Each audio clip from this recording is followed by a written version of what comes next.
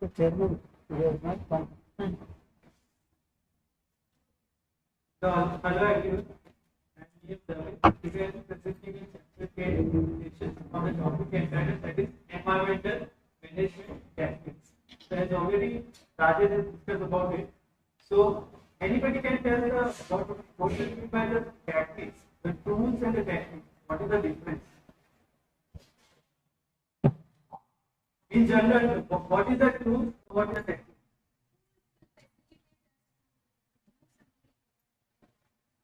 Technique is how you actually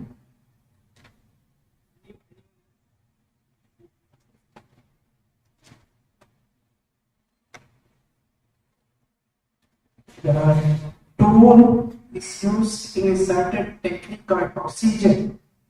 That is technique. When suppose when we are using a spanner, when we are removing a nut, when we are holding the spanner, if you are holding the spanner at the end, force required will be less. That is a technique. So what I can understand, like you mentioned the example of the spanner. So it is kind of an instrument. The chairman of the session.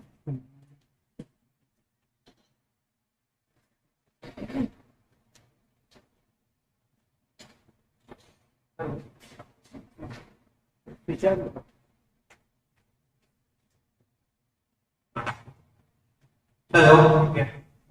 So as you can like what example you give, that is the spanner. So it is kind of an instrument which is carrying out one process. So the tool in general we can call it as an instrument, equipment, or it can be any design to perform any task. So when we talk about the techniques, so how you are going to do it? So it can be method or approach to perform a particular task that can be categorized as a technique. So any one example of a tool of any environmental management tool? Yeah. EIA is one of the tool of environmental management. So in this we are going to talk about the techniques for the environmental management. So these are the content of which I will discuss in the subsequent slide. First, environmental monitoring, then modeling, sensitivity analysis, application of remote sensing and GIS in environmental management, environmental profile, environmental technology assessment, environmental risk assessment, rapid urban environmental assessment, eco-mapping, and the environmental education. So first, that is the environmental monitoring. So as you can see in the picture, so what do you mean by the monitoring in general before going to the environmental monitoring? What do you mean by the monitoring?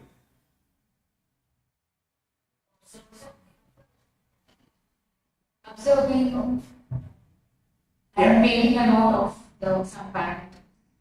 Correct. So the monitoring in general, it is a careful observation of an event or a specific situation in a particular geographical area or the region. Okay. So when we talk about the environmental monitoring, it is a program which aids in the establishment of a baseline data and information for characterizing the current state of a region that a project or a proposal that likely to affect. So here you can see the environmental monitoring, it aids in the establishment of a baseline data. So when we talk about the baseline data, I think in EIA already there is one of the steps. So baseline data can be get, since we already gone through it. What do you understand? General, I'm not asking. No, in general, what is the baseline data? Like I want to do some analysis, like any like water quality or anything. So what will be the baseline data for that? The environmental conditions. Any character, if you are not knowing about it, it is just a basic. When you are going to No, if you are not knowing how you will, this monitoring program will help you to monitor or it will help you predict basic data, Yeah. you know the basic data. Yeah. But when you apply a specific specifications, then you Correct. know. The term of the basic data. So these are the data that is a set of information about the existing existing resources. So what is the existing data? So like you have the for the water quality, you have the data from 1980s up to 2020. So you have the existing data. Based on that, how you can predict the future chances. So that is considered the baseline for primary data. So, Yeah. you will not find a word to say Q for the pure water. Not total. So when we are doing analysis of the water, we have a certain solubility. This is certain amount of solubility. This has a limit. Can be 1000 ppm. Beyond special 1000 ppm standard baseline data. Beyond which if anything there, we will not accept. Yeah. So the example is 1000 ppm. Yeah. Water baseline rate. Yeah, correct. So these are like the information for the existing sources. That is in general. So one example only we have like yesterday TVRAMACHANDRA told.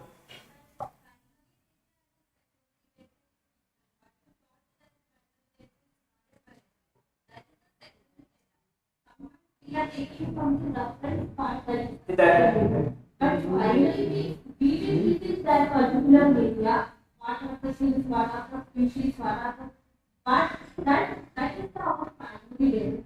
But we will be taking from the CPTV or some other data or other literature, that is the technical data value. Finally, what we are doing in that particular time, what are the things that is our observation and what are the mainly implemented in what observation. So this is 1000 ppm as baseline data as an example.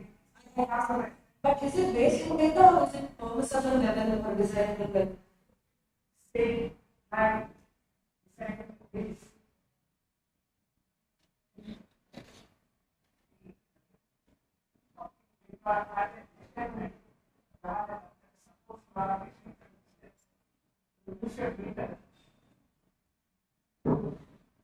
suppose you are saying something, you will put your data 75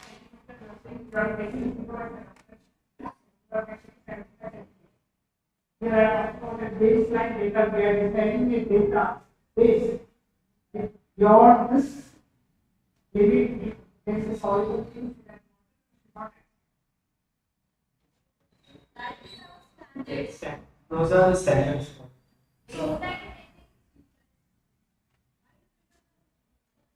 I told you like this particular this for every bank. So it's a limit and also Baseline data. no. Whatever we collect, all the data that we purchase to your property, that comes as baseline data. You're doing project or whatever. So you're just worrying how that is 1000. So none of the current is 1000. Yes, current is about 1000. That is the permission. So if any parent goes beyond that permission, then it should not accept that. And also there's different standards to decide to replace. So again, it's all kinds of ways. So here one example you can take like yesterday we have sent out one publication that is about the rapid unplanned urbanization of Bangalore. So where there is a 26% decrease in the green cover from 1973 to 2022. So this can be categorized as the baseline data for your if you want to do further studies.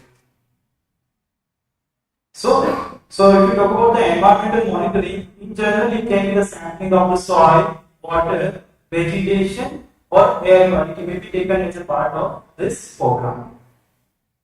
So this technique is essential for environmental management throughout the project and even after the environmental the studies are being finished and projects are put into the action. So if you talk about the monitoring program, it is not about only the part of the project. So even if once the project is finished, thereafter also you have to monitor each and every aspect, environmental aspect related to it. So in this village, so each like firm or a particular company or industry, they are responsible to conduct the monitoring, surveillance or survey on a regular basis and report the specific outcome. So if there is any particular kind of any defect has been found, so it has to be followed up with a specific remedial action to the specific regulatory body. So this all comes under the environmental monitoring. So once the monitoring program has been executed, so thereafter the following audits can be carried out as a part of the project. The first is the implementation audit. So implementation audit, as from the name you can see that what implementation means, which is already been applied. So whether the recommendation or the requirement in the EIS, that is the environmental impact statement, are being implemented or not, that has to be carried out under the implementation audit. The second is the project impact audit. Here you determine what are the actual impacts of a project independent of the prediction. So here you are going to identify what are the major impacts in the audits which will be identified. And third is the predictive technique audits. So these are done to ensure that the predictive value in the EIS and the methods of the prediction which are compared with the actual value and the forecasted value. So how your prediction is matching up with the actual value. So this is done under the predictive technique audits. So there this is given detailed definition of monitoring, survey and surveillance. So this all are for the type of measurement program to check the quality of the environment. So but there is a difference in the how the time frame or what kind of process you carry out. The monitoring is a long-term process, whereas the survey is for the finite duration and surveillance is a continuous process. So in this example, so one of the examples which I have taken, that is the smart environmental monitoring system for monitoring the water contamination using the IoT, that is Internet of Things technology. So in general, before talking about this, I just want to give brief overview about the IoTs. I don't know if anybody is from software background here. So IoTs are generally they are gathering and connecting the different sources to the internet. So which can receive and send the information of what can be carried out, and it makes the things or the process smart. We tell that we have a smartphone. So we use different kind of apps which are connected to the internet, which can receive and send, and both the function can be carried out. So in IoTs, there are majorly four components. First is the sensor, and second is the connectivity, then data processing and user interface. So if we talk about this example, here you can see the different water bodies are being shown for the clean water and the contaminated water. Okay, so clean water. So here I am taking the example with respect to the one of the major water pollutant from the industrial, that is the chromium, hexavalent chromium. So for that, the acceptable limit as per the standard, that is 0.1 mg per liter or 100 ppb, part per billion of 100. So what the sensors will do, you can see. So each sensor will detect the contaminant level in the water bodies. Thereafter, whatever data has been collected, that will be sent through Wi-Fi or through to the connectivity devices. And thereafter, all the data will be stored in the cloud, and the software will detect the acceptable range. So that comes under the data processing. And last is the user interface. So what it does, if there is any kind of fluctuation, like if it is above the acceptable limit, then the contaminant level, if it is high, then the user interface will send the information to the users. So all this process can be carried out through the automatic or the remote control process. So this is one of the application of the monitoring program using the IoT technologies. Hope it's clear. Should I move?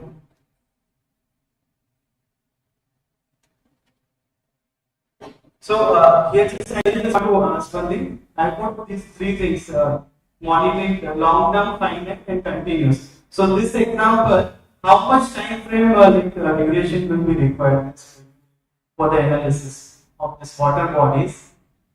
Is it it is a monitoring program? It's a long-term process. So for that, what do you think the time frame should be required if you want to carry out this?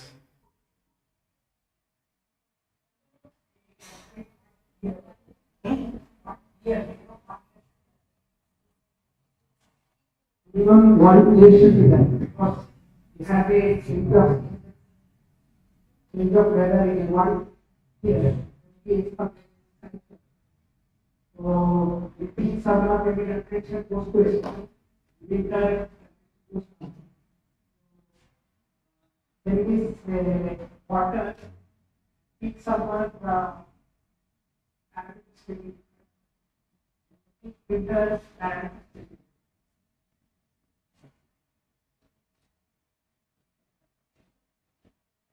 So generally the time frame depends on the what kind of parameter, like if you tell about the year, like if you find the survey also there like monsoon, post monsoon you can do.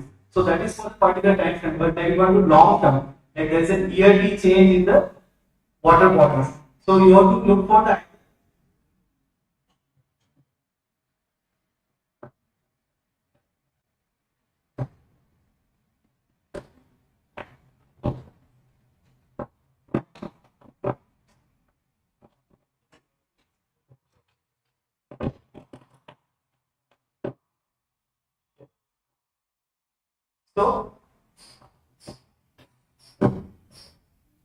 So, like you gave the example of a time frame, like for the long term, like for the yearly data. So you need to have at least for the 50 days. So there it should be like 3 up to 1, 2 year, 3 year, 5 times time. You can look for that. When you talk about the yearly, only particular like seasonal, monsoon, post monsoon, every month. So that can be considered as the finite duration. So the monitoring program it should be kind of a long term program. So next, I'll move to the 8.2, that is environmental modeling. So before I move, so since like everybody will be knowing about what is the model in general term. There are different definitions for the models. Like for each particular subject will vary. Like there is mathematical also, there is also biological system there. But general term, what is the model? Yeah, correct. So model is a kind of prototype or it's kind of a mimicking the real life scenario. Okay. So in each model, like I think everybody would have studied like thermodynamics. So there is something is coming out, the energy comes, there is an exchange happening. So there is an input and an output. So in each model you have a input which is making a changes in the output parameters. Okay, so this one simpler equation which I have put it, that is not a linear equation, that is a y is equal to mx plus c, where y is your output parameter, m is the slope of the curve, and x is your independent variable. So in general terms, like the x, like there is only one parameter. So only for the linear means only there is one variable, like in this class. If the air condition is good, then everybody is feeling cold. Fine.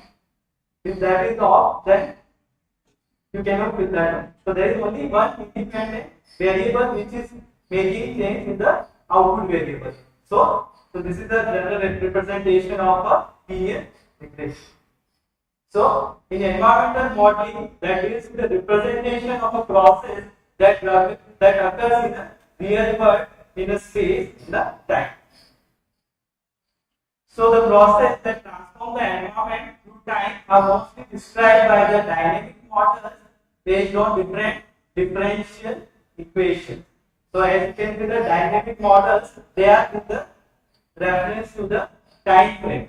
And differential equation, it can be like your specific general, like differentiation is the dx by dt, correct? So those are with respect to the time frame, what is the change in happening in a specific variable. So the data model can include the description of a real object, such as the different sources of the pollution, which are separated dependence on their shape to the point, line and area features, as well as the other objects, including the building, roads, river, railway, and monitoring networks, which are arranged in the area. So recently, in the environmental monitoring, the GIS, that is Geographic Information System, has been used to provide the input variable required by the simulation model, and which yields the visualization plus analysis of the output data for the spatio-temporal analysis. For example, modeling of a surface water or the air pollution data. Even it can be useful for the landscape, change in the landscape dynamics. So which uses the cloud computing technology. So in Raj's session already we talked about the GIS, but these are based on the cloud computing technology. So anybody can briefly tell like this was like a new term for me also. So like someone knows from computer. What is the cloud computing?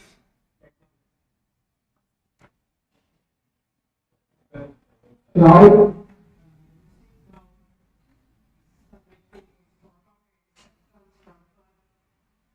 can be released servers, and this data will be sent to that location. And anyone from anywhere, any part of the world, can So, and in general, the cloud computing is a on-demand access via the internet to the computing resources. So, what's the this is the definition for that. And one of the examples of cloud computing, I think everybody must have used it. That is the Google Drive. Okay. So that is also designed based on this technology. So, in broad notion, the data models can be categorized into three types. First is the iconic model. So iconic model, as the name suggests, they are similar attributes to the prototype. For example, for the model for the racing car. The second is the analogous model. So they are analogous to the prototype, but they differ physically. So for example, the modeling of a groundwater flow can be considered as an analogous model.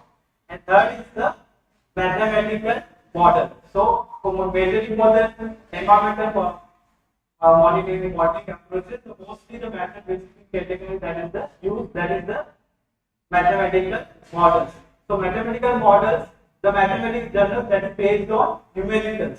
So, you are establishing relationship between the input and output variable in terms of a numerical value. Can be based on algorithm equations which tend to represent the relationship between the input and the output parameters.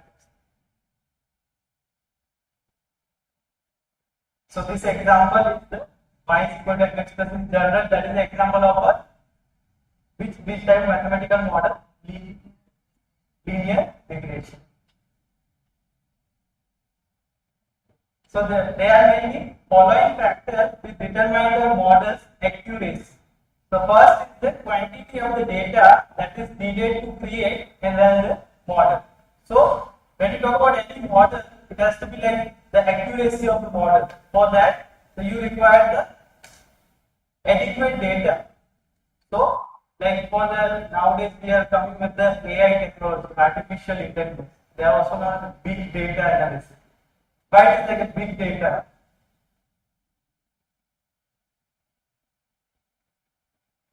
Because normal analysis can be done. You have the some set of information, data you can do. But what is big data will add on?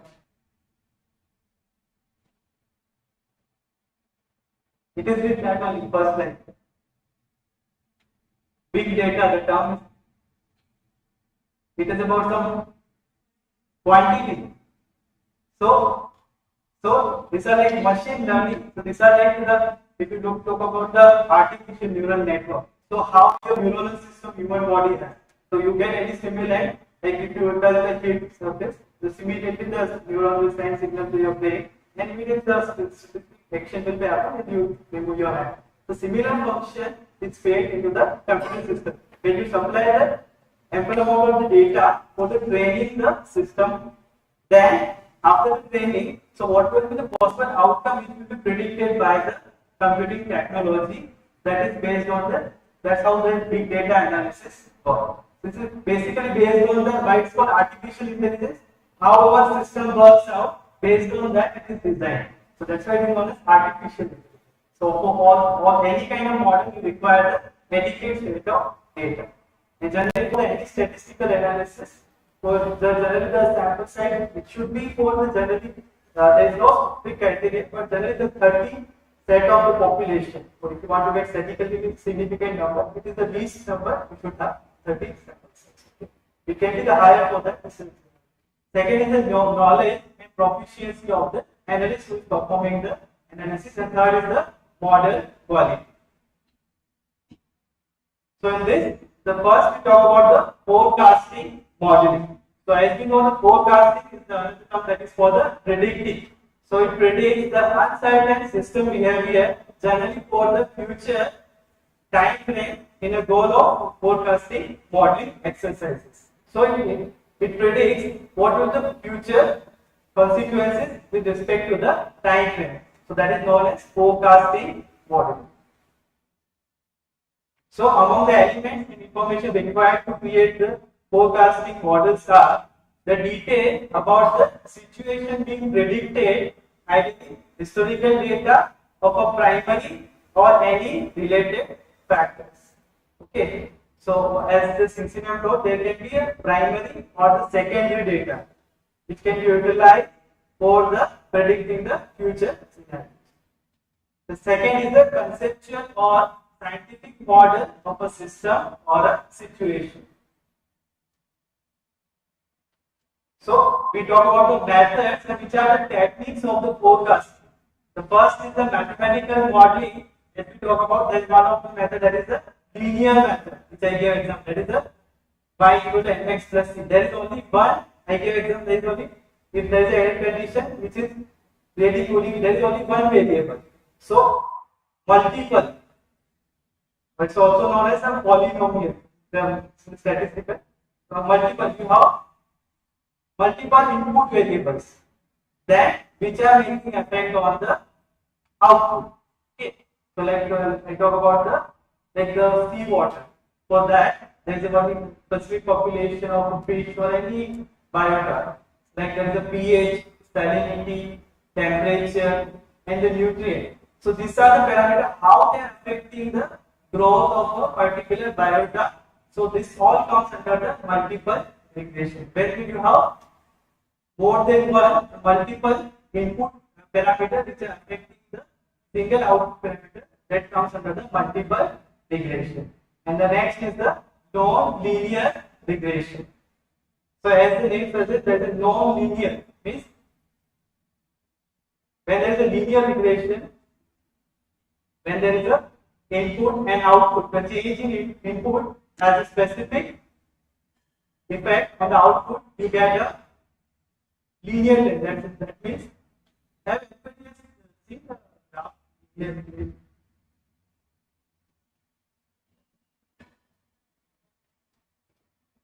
So you get a straight line. Okay. So if there is a significant change of a x variable on the y, you should get a straight line with debate. There is a significant effect of your input variable on the output. So here in the non-linear, there is a the name only suggests. Yes.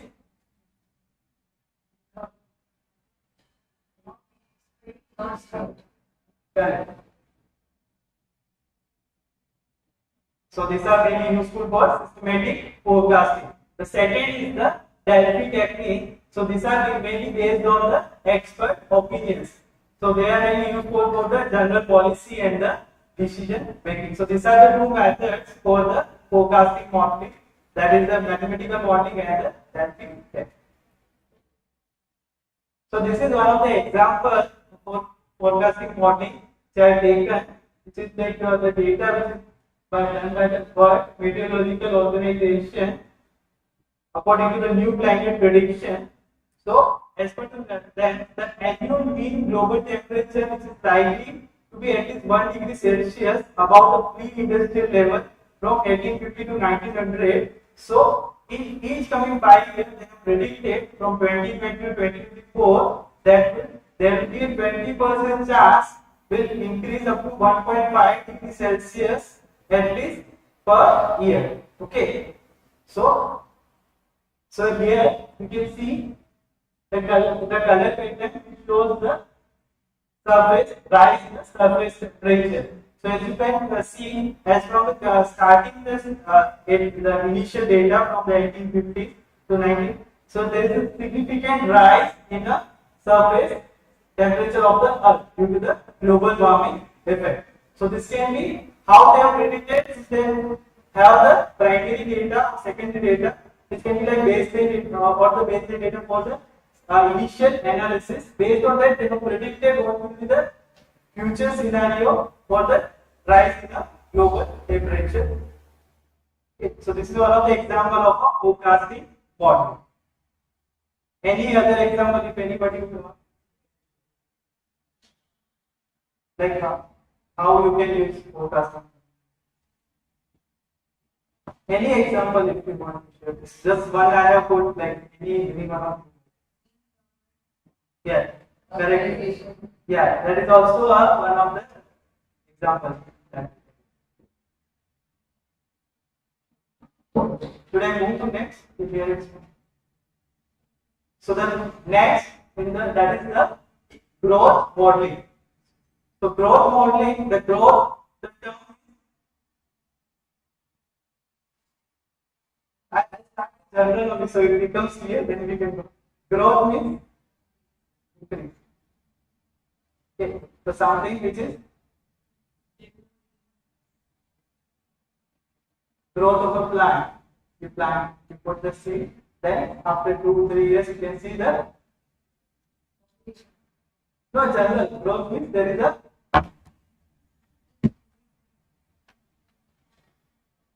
okay. So in population there is a rise in numbers. Then comes in general growth means there is a increasing pattern. So the growth modeling typically refers to the statistical method that allows for the estimation of inter-individual variability in intra-individual pattern of a change over a time. Okay. So what do you mean by that? Inter is equal to population growth. So in population also you can categorize like if you are studying the population of specific country or a region. So there can be a like particular increase in our population of India, we can compare with the other Asian countries or the developed nation. So it estimates the inter-individual, inter and intra.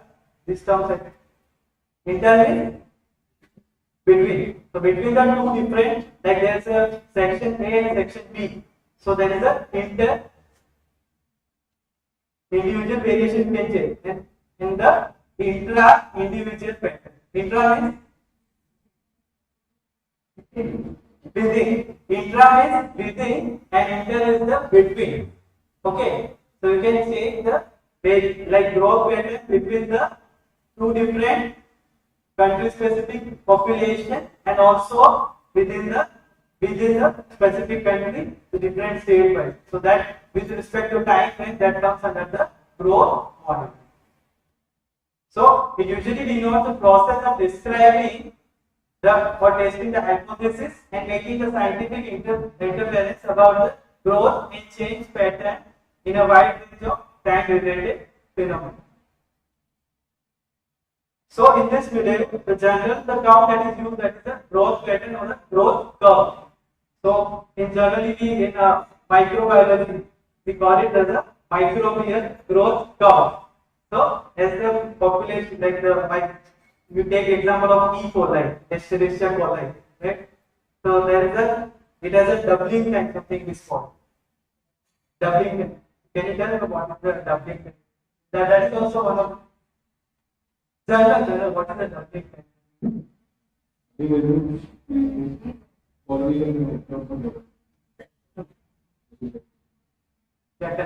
So doubling like as we know the bacteria, they don't reproduce by the sexual reproduction. They reproduce by the binary. So like the one cell will give rise to the another cell.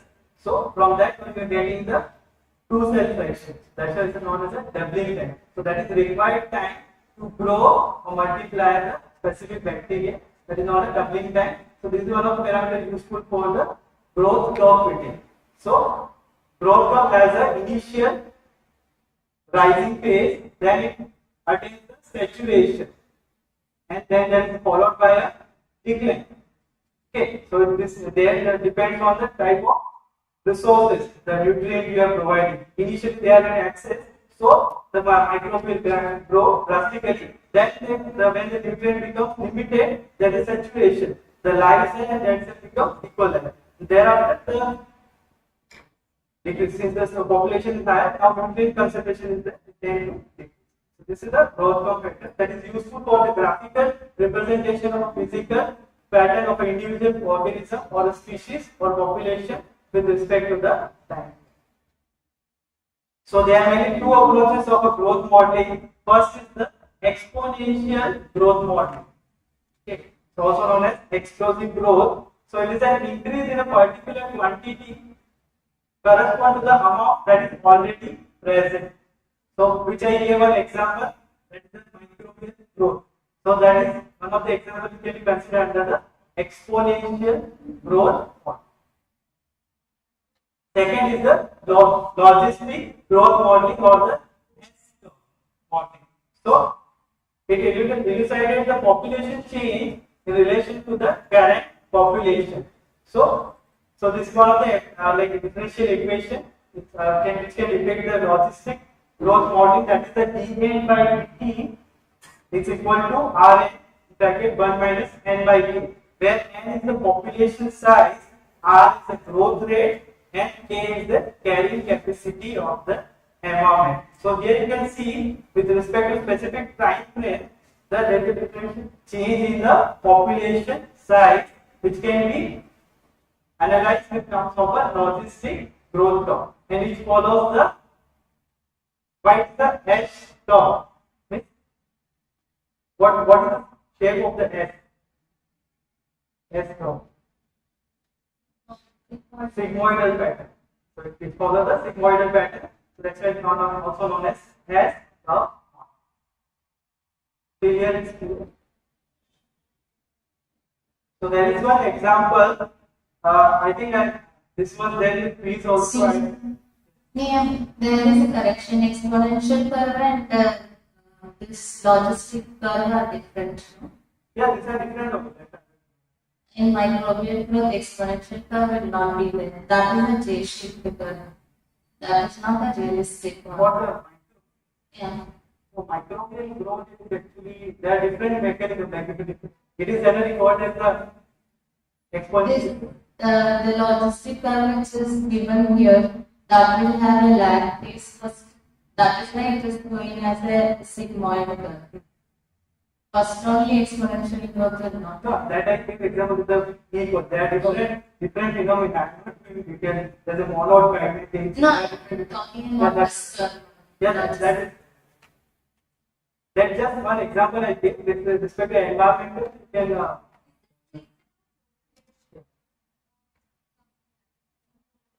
You can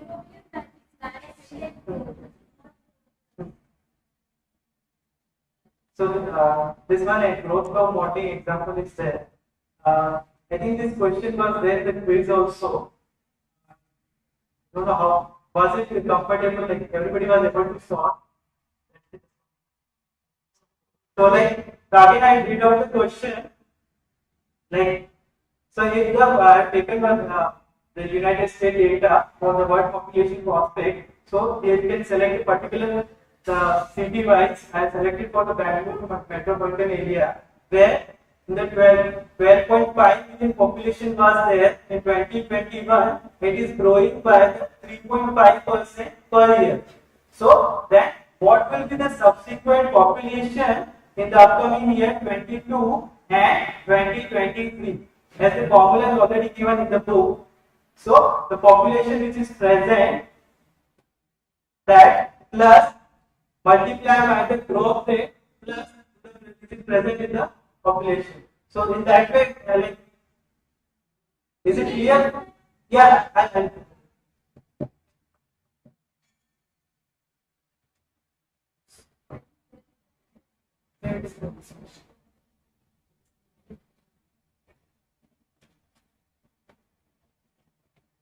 so the present population, that is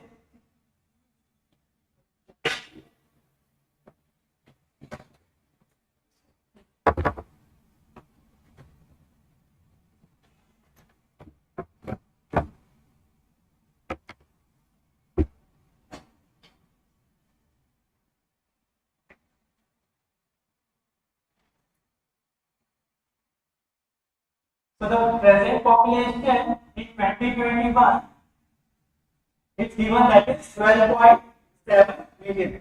So now it has been asked what will be the population in 2022 and 2023. So we will go by the formula. First we will calculate for the subsequent year 2022. After 1 year, what will be the population? So in 2022, what will be the population? So as a formula, you have population which is in a present state. So current population is the 12.7 million plus what is the growth rate given here?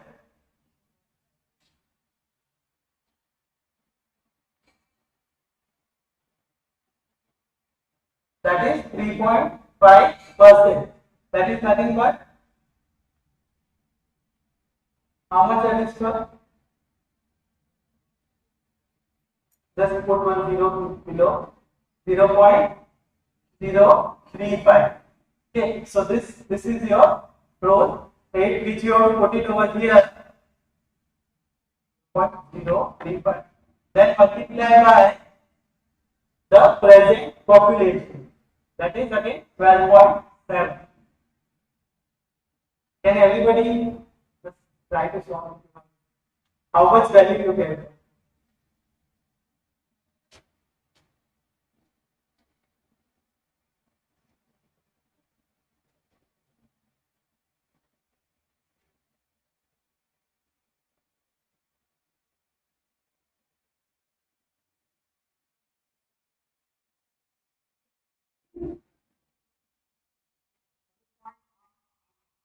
Huh? 12.1. How? 12.7 is the present. Again. Everyone?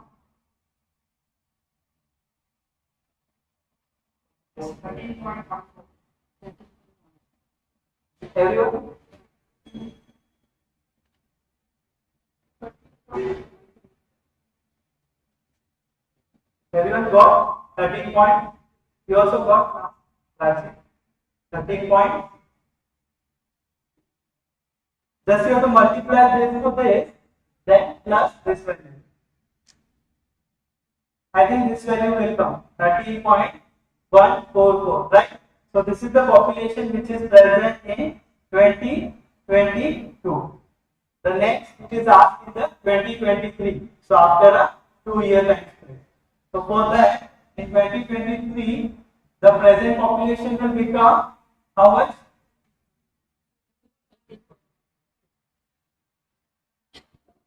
If you take the entire digit, no, then you will get that you can see the answer.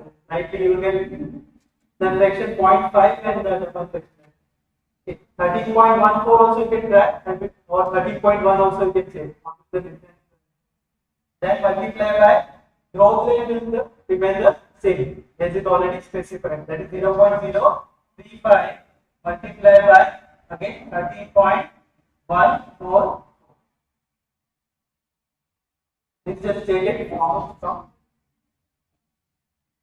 13.144 plus 0.035 multiplied by 13.144.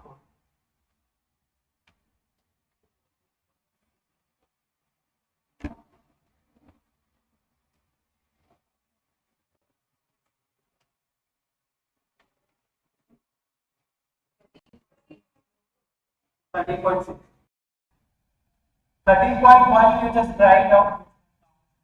Just write 13.1, not the last. 13 point, no, only first 13.1, not 4. 13.5, 5584. 13.5. If you take entire digit, it will come around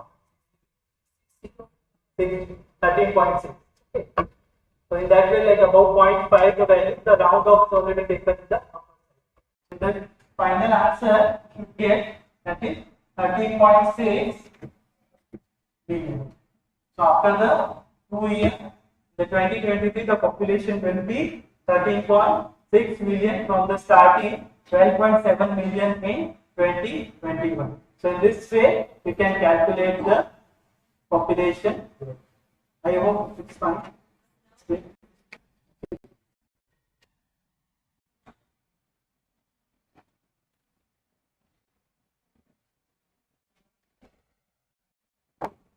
Everybody got this answer?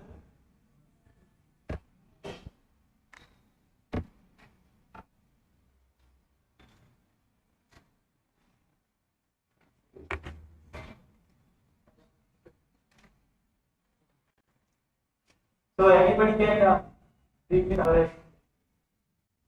now what is.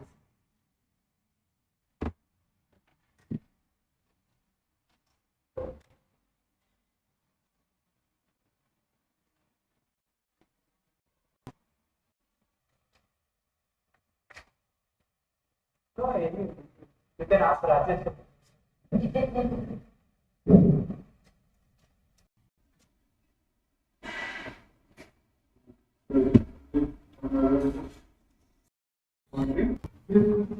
Is the expectation of basement design and production can be something on soil water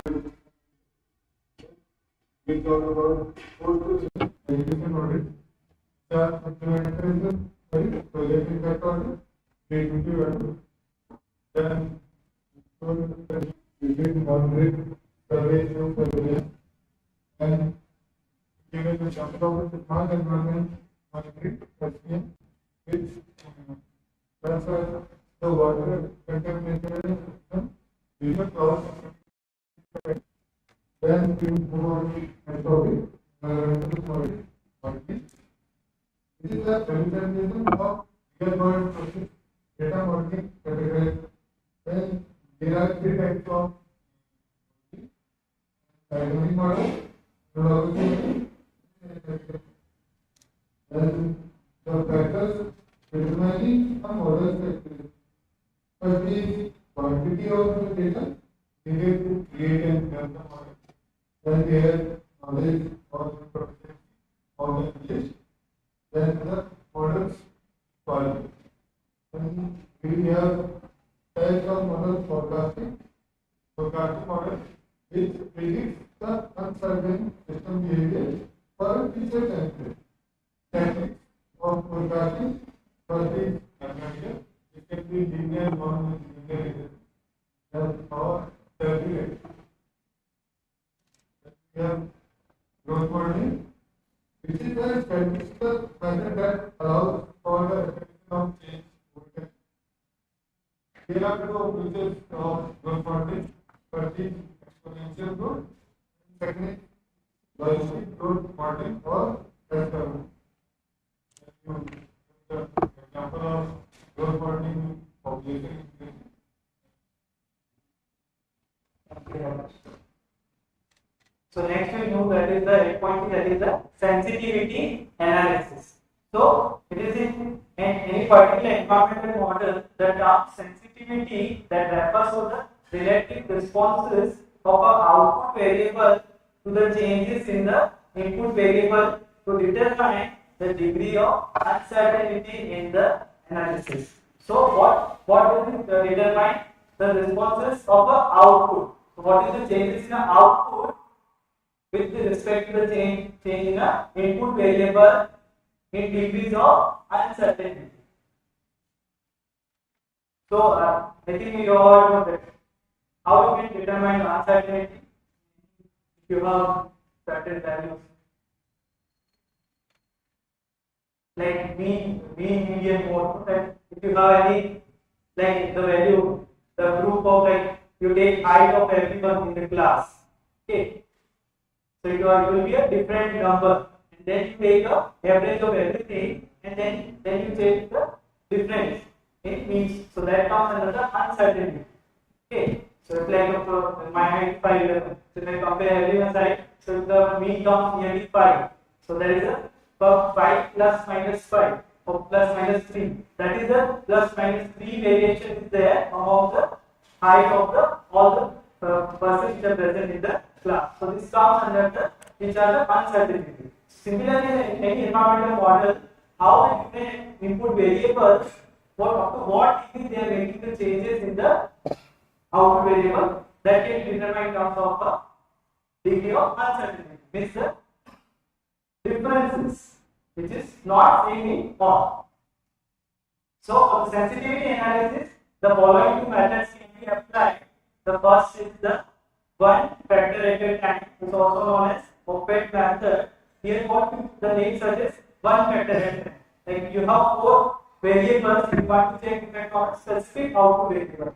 So how to study? If you study all together, then it will be like a bias. So in any statistical analysis, you should have a unbiased analysis. For that, you will keep your one factor analysis. You are changing only one parameter, keeping other parameter as a constant to change the effect of that parameter on the specific output variable. This is one of the method which is useful for the statistical analysis. Second is the iterative optimization approaches. These are the complex mathematical models that are the design of experimental statistical designs, which can be also utilized. These are mainly based on the different matrices. In fact, you learn the different matrices.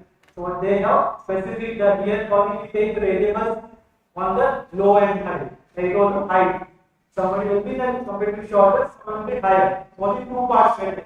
When the complex mathematical models, the specific design question, they include one more part.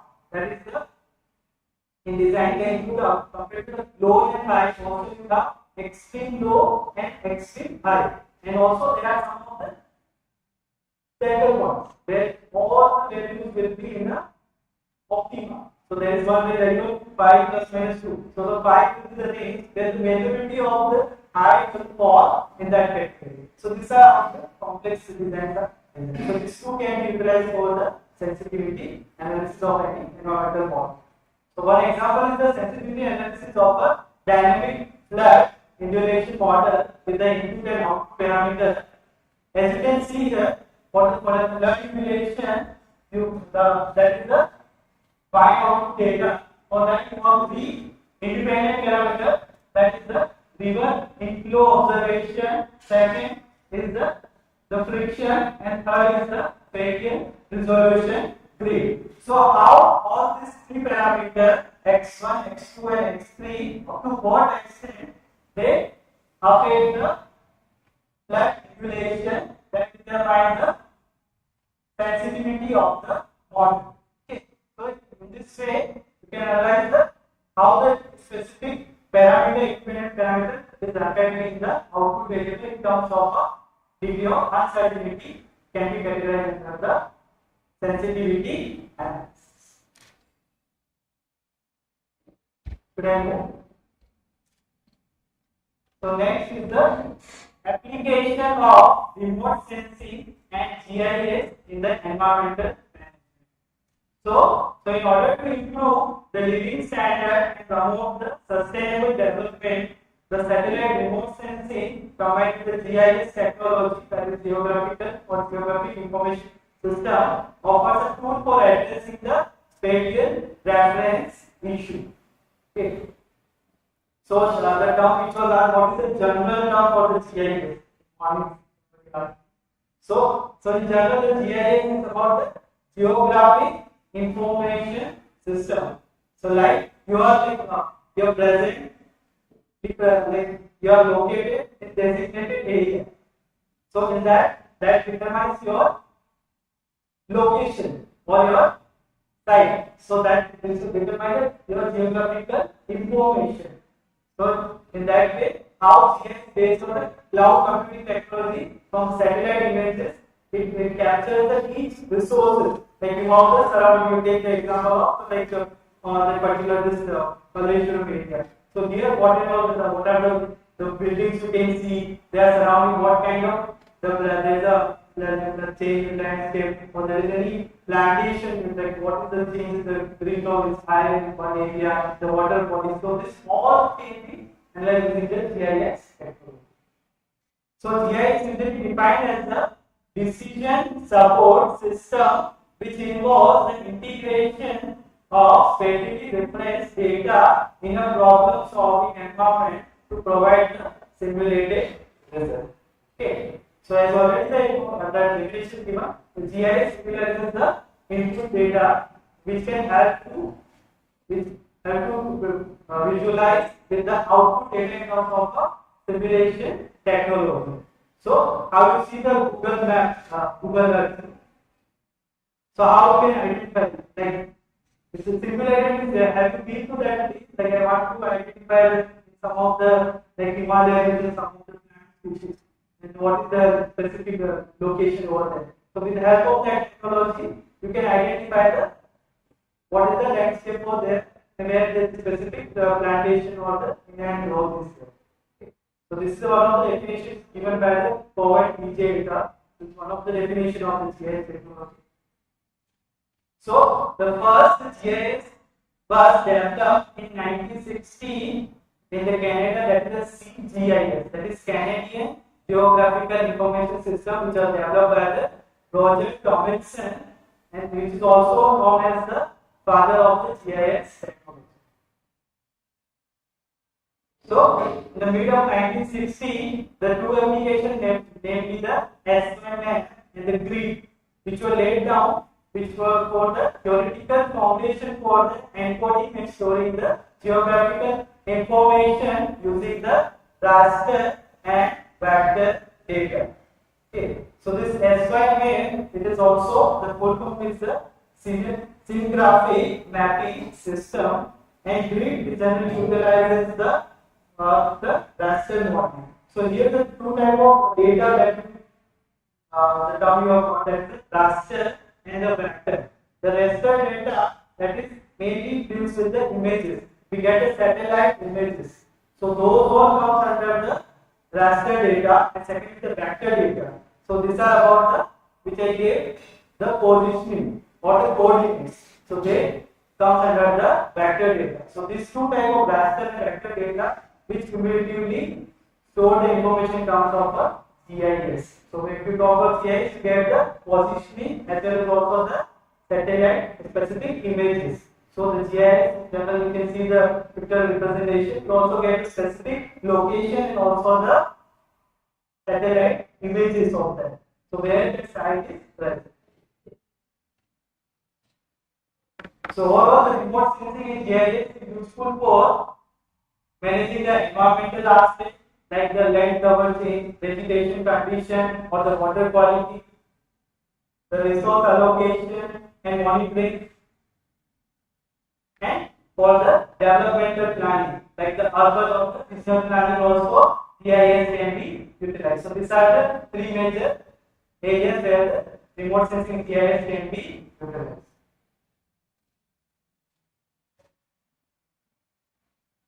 So this one example I have taken, like how GIS you can use it. So this is the example of the Red Sea in the South Asia. So there is about the how GIS can be useful for monitoring the algal blooms. So as we know the algal blooms, they are mainly due to the eutrophication, the excessive of the like nutrient like hydrogen phosphate. So how it affects the different what location you have higher amount of the excessive nutrient. So there are different red dots you can see. It determines the location where the specific the algal biomass is present, and it depicts based on GIS position the location specific can identify where the highest amount of the algal bloom is identified. So here you can see based on here the green color, that is, if you know there are different type of green algae also is there. So that is prone to the eutrophication. So that you can see the highest population is located in the specific area which can be identified with the help of GIS. So this any other example also you can take in the GIS. So till here is fine. So next is the environmental profile. So before this the environmental profile, what do you mean by the profile?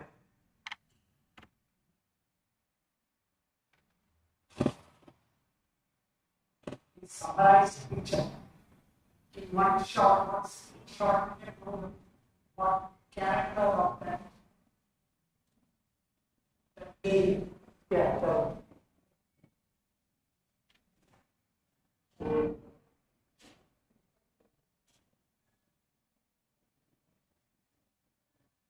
profile means the general terms you can tell. It tells about your more information. Okay. What, like where are you from?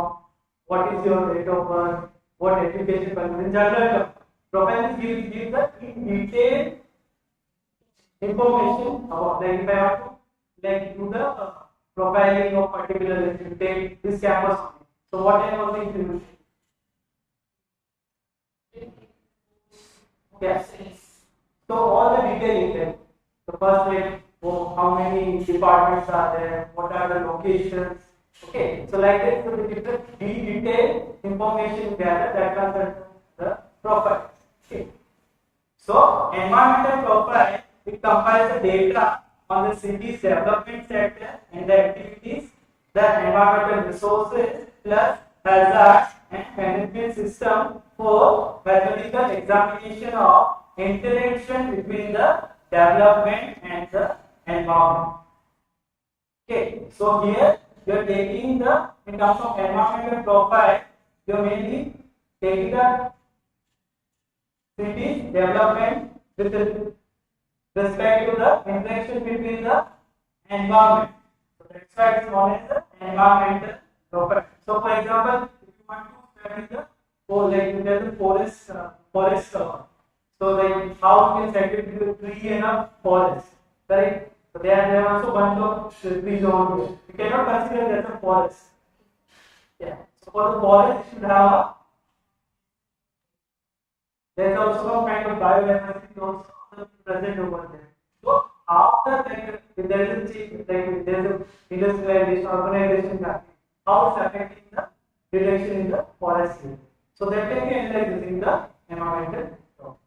So it also expound upon the principal environmental concern conform to the city while also situating them suitably within the relevant framework of the development and the administration.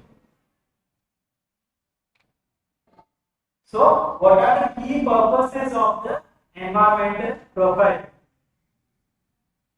So first, to give an organized summary of a way in which a city's development initiative interact with its natural resources. So how the rapid urbanization is affecting the wind turbine, that also you can analyze it in the macro profile. Second, serving as a source for the pertinent information in order to identify and mobilize the stakeholders. So this one of the picture I have put, that is the environmental profile of a coastal area. Okay. So the coastal area nowadays we have different coastal areas surrounding India also. India I think we have more than like 7,500 kilometers belt of the coastal area. Generally the fraction is in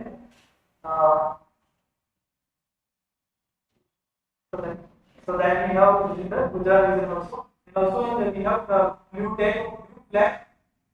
So those are the green beaches. Okay. So in one of them is the Shivrajpur beach in the Gujarat, and in Karnataka also we have blue flag. It's in Udupi. Okay. So this can be a source of ecotourism as well. Okay. So environmental profile includes the three main the major aspects, that city's introduction, development setting, environment setting, and environmental management. So these are the aspects where the environmental profile can be utilized. So majorly here the three aspects, that is city, development, and environment. So three major aspects where you can focus the utilization of the environmental profile. Okay. So next, that is the environmental technology assessment, known as ENTA. So it is a analytical tool that aids in understanding the expected financial, socio-political, and environmental effects, costs, and economic benefits of using the new technology. So it is also the name suggests the environmental technology. So there is a analytical tool which helps in the understanding the expected financial, socio-political, and the environmental aspect with respect to the new technology. It also helps in the technology related decision making at a higher level as compared to the EIA. So as morning we already discussed, and then the technological advancement we need to have a ENTA into the. So what are the potential user and scope of ENTA? It is mostly applicable for the political strategic decision making and only for the administrative purpose or the policy level. And if you talk about the hierarchies at the locality level for decision making, it starts with the conceptualization, then strategic policy, then semi-conceptual, then semi-strategic plan, and lastly ends up with the decision for a specific project. This already Rajesh has discussed morning in all detail. Only I have briefed about how you can compare the ENTA versus EIA.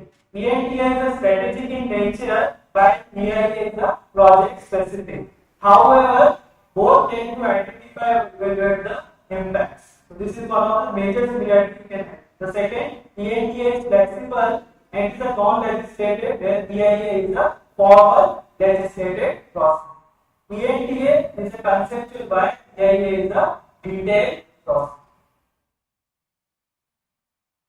So the benefits of ENTA, it improves the eco-efficiency of a technology, improve technical and environmental sustainability, like the resource or energy consumption, and increase net social benefit, equity, empowerment, and improvement of economic sustainability. So, when over the application of ENTA, here one of the examples that is given, that is for the using the Aztec model, which can be useful for the true organic compound for the waste stream. How it can be utilized using the incineration method for the anaerobic digestion. So, how this waste stream can be further, how they are during the process, what are the effect they are making, or how they can be converted over there using the technology. So that can be like incineration method or the anaerobic method. By this you can convert the specific waste like to the biowaste for different applications. So this is one of the examples. Okay. So next is the environmental risk assessment. Okay. So already we know in terms of mathematics, the risk is the probability of some event to occur and seriousness of its consequences. Okay. So it's a systematic approach of identification, evaluation, mitigation, and control of the hazard, which can occur throughout the process. So, as you know, with the increasing industrial extent, there is a requirement for the risk management. So, then we talk about risk management in the industry. There are many aspects of it, but it can be categorized as physical injury or harm to an individual, non-conformity to the regulation, or environmental disaster within an industry or the factory. So these are the three aspects under the environmental risk. So to tackle this aspect, the industry has taken different management aspects to remove or overcome the major risks. There are mainly three phases in environmental risk management process. First is the risk analysis or identification. Second, risk assessment. And third is the risk control. In this, the second is the ecosystem approach in risk assessment. So, what are the detrimental effects in the development of pollution which can be identified using the ecological data which comes under the ecosystem approach for risk assessment? The first is that the functional assessment. So it mainly look for the variable in the ecosystem level in the wetland process, which can be used for the matrices to compare the impact and quantify the functional loss. The second is the risk estimation. So estimation of possible effects or consequences which can happen when to the exposure, like the specific chemical can have a negative effect, like the carcinogen and different derivatives already we discussed in the form. So this one case study I did, that is how the risk management came into the picture. The first thing, as you all are aware, Bhopal case disaster. So in December 1984 in Bhopal there was a Union Carbide India Private Limited. There was a leakage of methyl isocyanate, which is one of the toxic case. It killed nearly 3,000 people in that area. Still the effects are there. So based on how to overcome this, the risk modeling methods came to overcome such situation. One of the approaches is the quantitative risk assessment or QRA. So what it does, it supports the decision making on chemical process design, transportation and storage of hazardous chemical and contingency plans. So the next topic here is the rapid urban environmental assessment (RUEA). So the major cities, they have a much larger population and spread area as compared to rural area. So the urban assessment is far less anthropological and community focused in this aspect. Okay. So the general methodology of RUEA, that is rapid urban environmental assessment, that is measurement, observation, validation and action. So what are the users of the tool? The local government in the urban or urban area which benefit the most, they are the major users of the RUEA. Okay. So the application we talk about of RUEA, that is it helps in the urban environmental management and provide decision making framework for the government or the private sector. Okay. So one example which I have taken, that is Ahmedabad Peri-urban Liability Improvement Project, which provides a sewerage system in the Sagar, that is one of the area, the periphery of the Ahmedabad, which is by the Ahmedabad urban development. Can take some example here also. How they are doing the okay. The next is the eco mapping. So eco mapping is a visual or user friendly tool for the mapping the area, which makes the staff of member responsible to participate in the environmental management within the organization. So this you can say is kind of a flowchart. If you visit any industry, there you can start, you can see the how the sample comes over there, what are the, how which stage it goes, then how to process the production area, and how it comes out of the final processing. So this all are where the maximum chances of hazards are there, risks are there. Like if you take in the distilleries, in distilleries nobody is allowed to have any kind of material which can catch fire. So those things are like in the medical hospital, you need to, when you are biosafety level 3, you need to have first PPE equipment. So without that, you cannot access it. So there is a all the authorized person. So in that case, what are the donning and doffing of PPE? So these are the concepts where in the eco mapping, the area where the potential chances of risk event can happen, those are there. So all the employees who are working there, they should know about it, comes under the eco. So these are useful for determining the location within the urban setting, waste consumption, and also amount of energy that is being used. So it entails the mapping of urban situation, mapping of a site, and developing the city. So the one example which is shown here, that is the waste flow mapping to improve the sustainability of the waste management. The last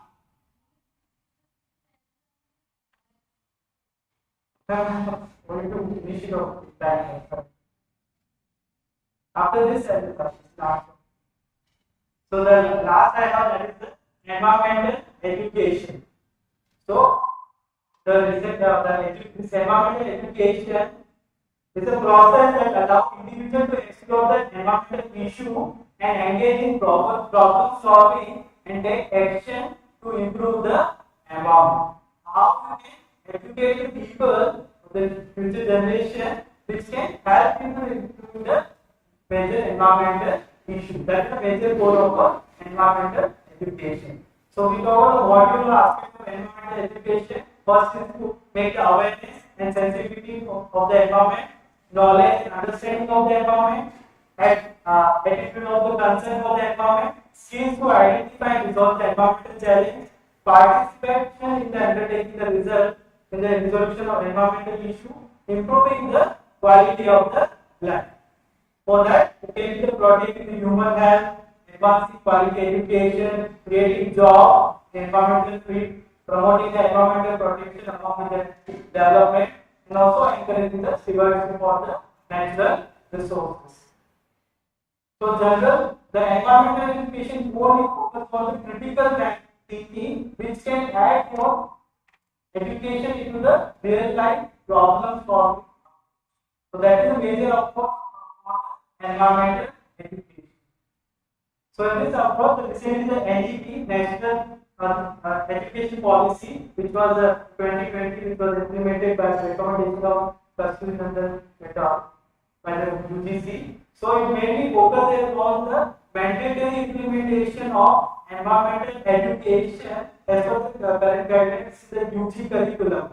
It is mandatory to be included in all the higher education in this institute in India. The recommendation are inclusion of environmental awareness, including the water and the resource conservation, introduction of environmental education on contemporary subject at the early stages, incorporation of traditional Indian knowledge system, inclusion of respect for the environment, and appropriate integration of environmental awareness and sensitivity towards conservation and sustainable development. So these are the major recommendations for which the NEP suggests the implementation of environmental education, one of the compulsory subjects for the higher education in India.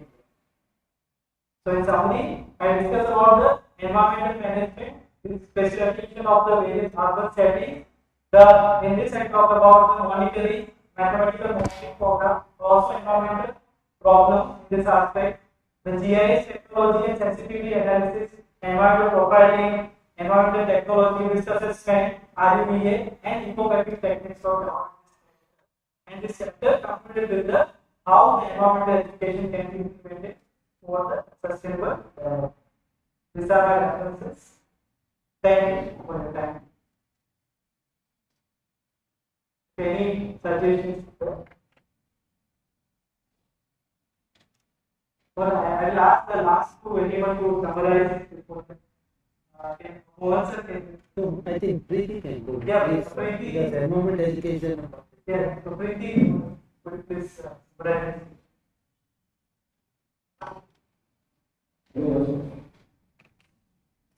Is some part between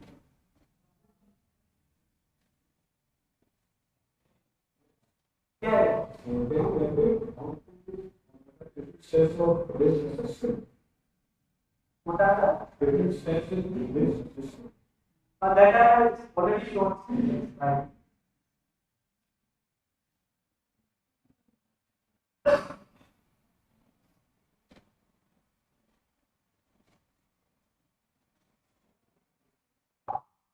So these are the process how we can carry out the risk assessment. First, you have to risk analysis of the identify which are the potential sources of the risk, like the agile material in the industrial sector. Then how to describe the reference safety policy. Like you know there is a particular substance like you know some like 1 litre of plastic which will generate the nitrogen oxide. One of the neurotoxic you can cause there is a lung infection health hazard. So for what are the policy your industry working on that burning of the plastic for recycling purposes. So what are the policy if any incident happen? So immediately you can tackle such situation. Last is the risk control, design and implementation of the risk reducing measure. These are measure with the safety measure. Okay, so as I already told like in our hospital setup now after COVID, the bio-based concept.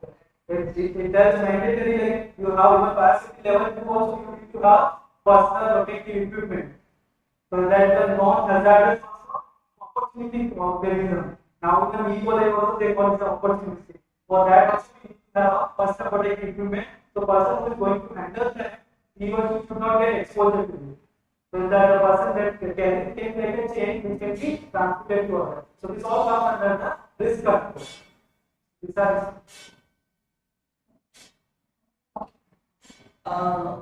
now the application of remote sensing GIS in environmental management, under that topic we are learning why this GIS is important. It's a particular tool to map whatever the activities are happening.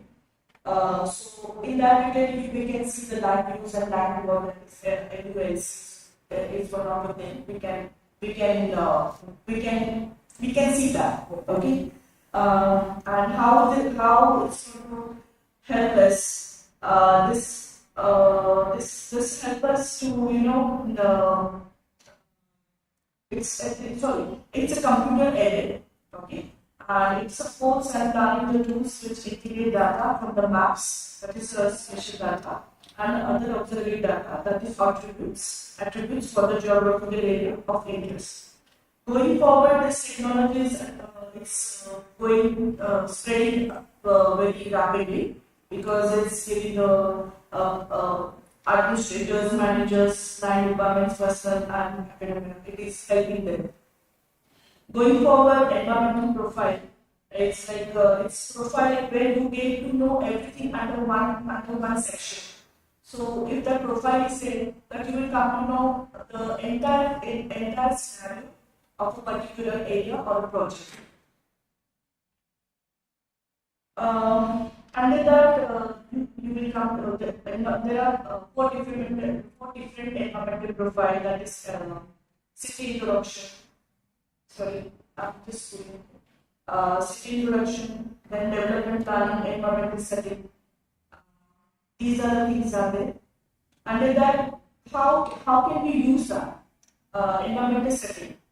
In that characterization of the resources, that is one point we can cover.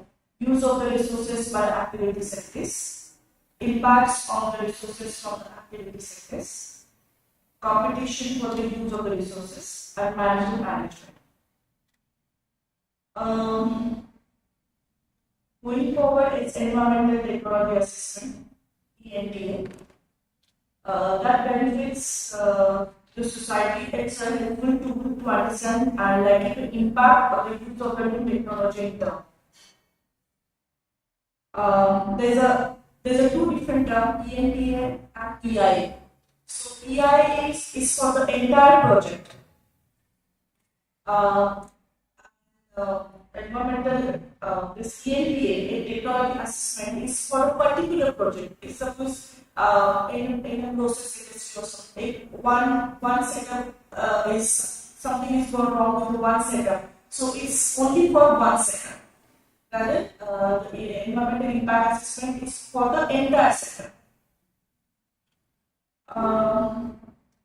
This benefit of ENTA is it's flexible, informal, and voluntary tool. And EIA is a compulsory. It's not an object, you have to do it.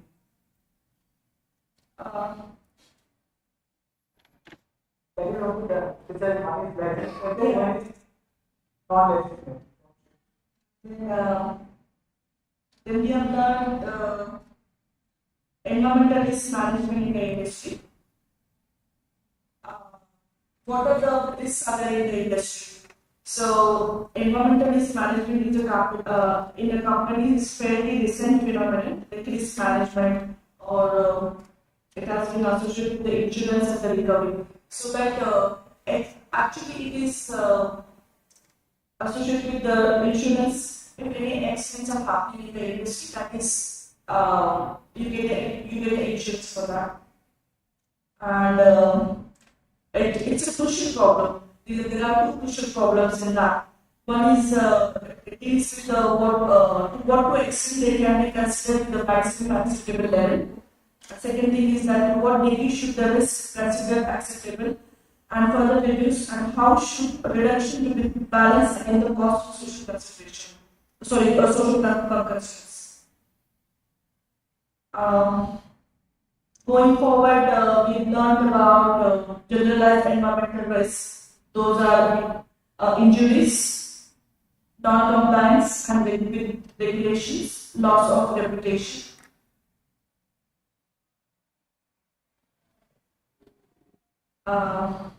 Then I missed the things at this point. Then we learned about eco mapping. So what is eco mapping? Eco mapping is like it's again a tool. Sorry. Okay, yeah, rapid urban environment assessment (RUA).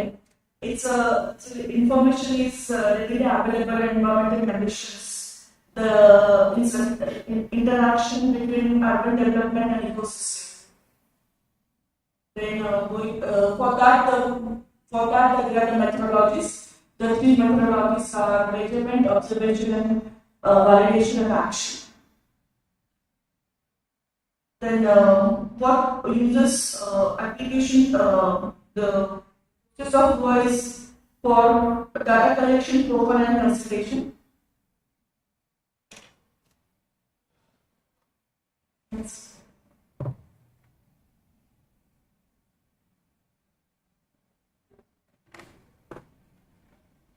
Thank you. You very much. This I request the people come to conclude. Yes, come. The yesterday it was called. Correct. So that's why I have. Do you know why I have put in here? I made him chair, no?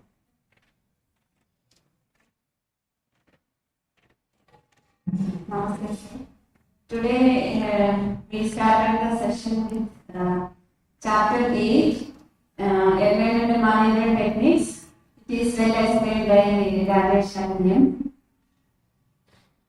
So in this we learned about environmental monitoring, then environmental with modeling, different types of modeling, forecasting modeling, growth modeling, very detailed way we explained about that. Then sensitivity analysis, how to do that, it is explained. Then application of remote sensing and GIS in environmental management, that also we got idea about that.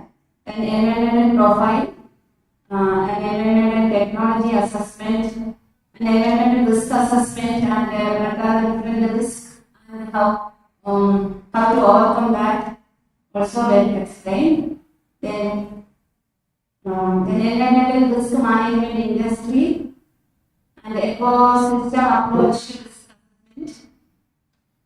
Then we discussed about rapid urban environmental assessment, that is RUEA. Then eco mapping, that also we discussed in this. Then environmental education, that also one introduction part we have done in this. Overall, it was a good session.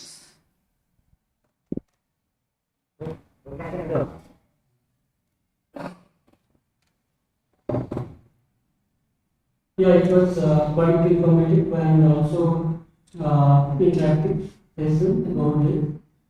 And yeah, some of the query which were there that about the exponential growth or how it has happened, or some of the base sigma for research curve which you say about. So those aspects also have to be think of them.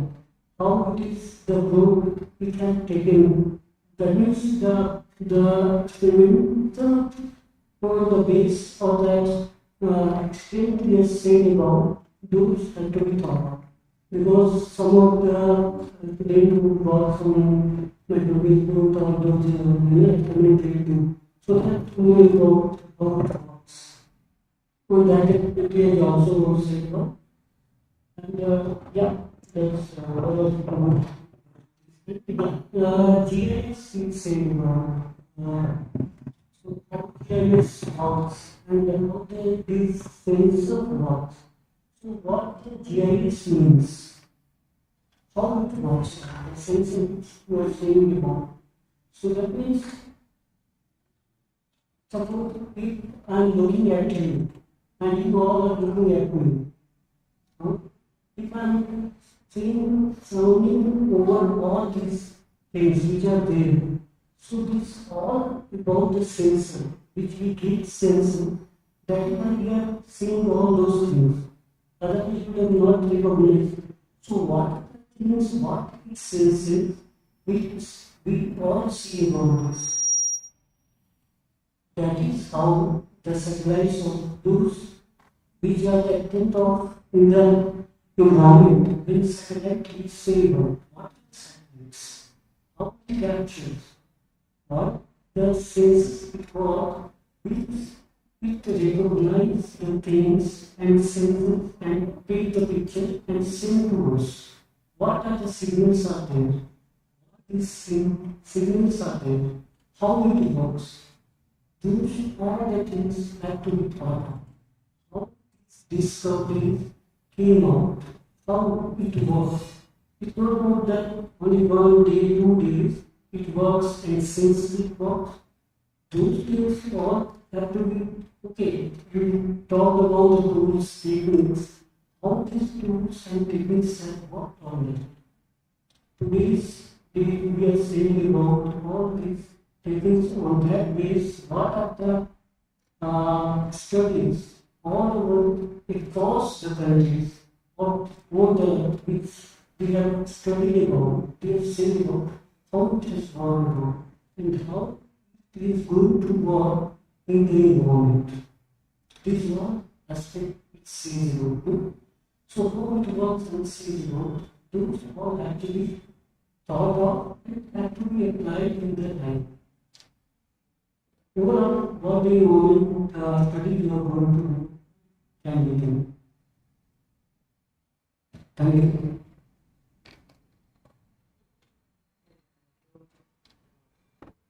The next presentation, so Trupti and Ramachandra, validate their work and are now given the presentation.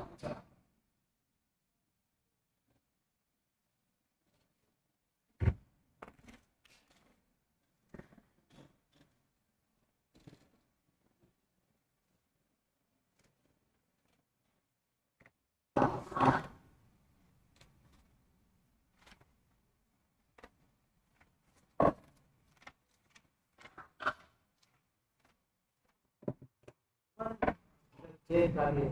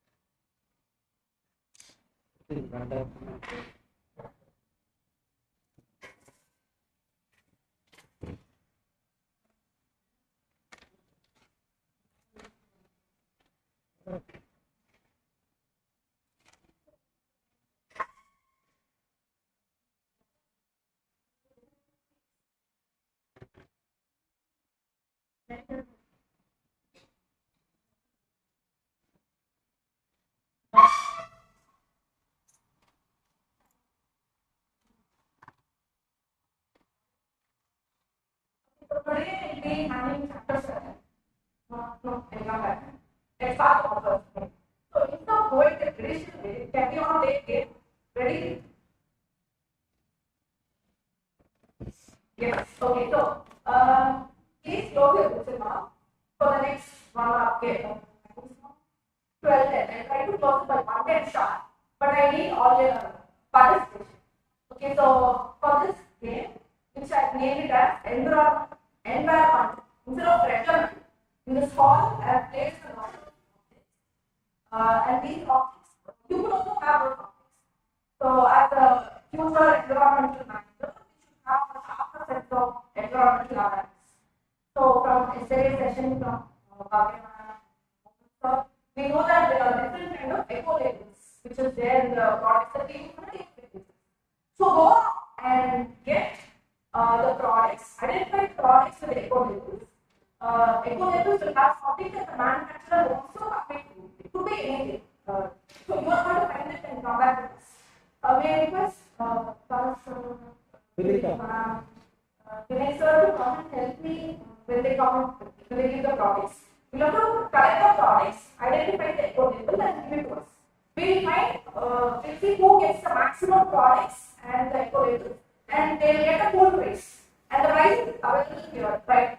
So I'll give you 3 minutes. Are we ready? Please get up. Your moderators can also participate.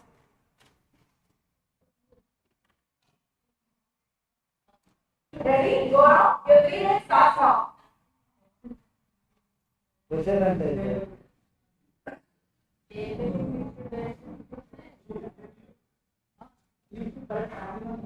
Yeah, the more you collect, the better of you getting that full price.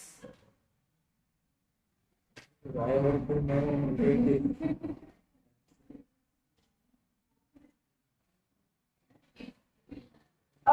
that part can be used.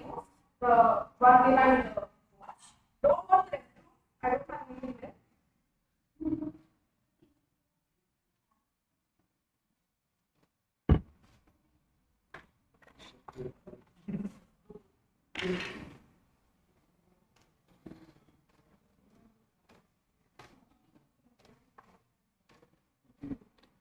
You're only patient. Yeah, but it could be more. Anything. Even for property.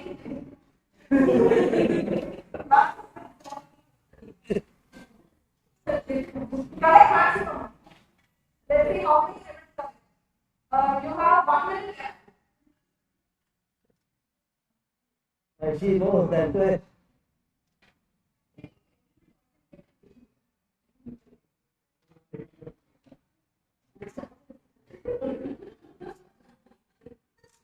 Seconds left. Quick runner.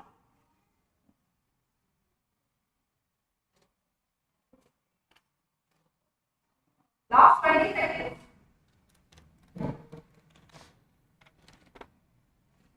Snacks, water, now coming. Last 10 seconds.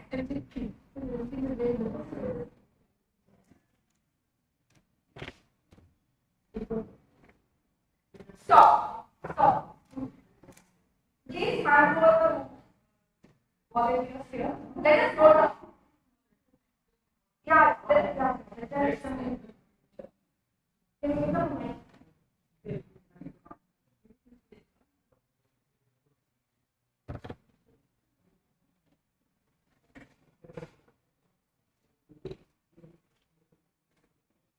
Yeah, who wants to come first? Yeah, please come this side. So, what is the product you identified? And what is the identification mark? And what it means? I want these 3 things. The item that you have, the identification mark you found out, and what you think it means. I don't know. That's it.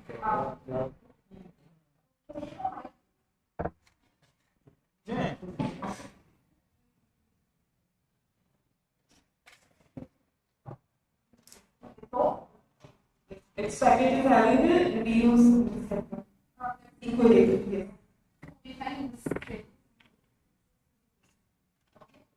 And another is the lip balm of the market.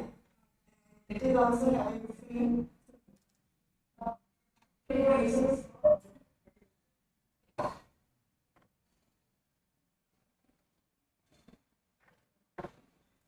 a product would have multiple eco markings. So, you work out.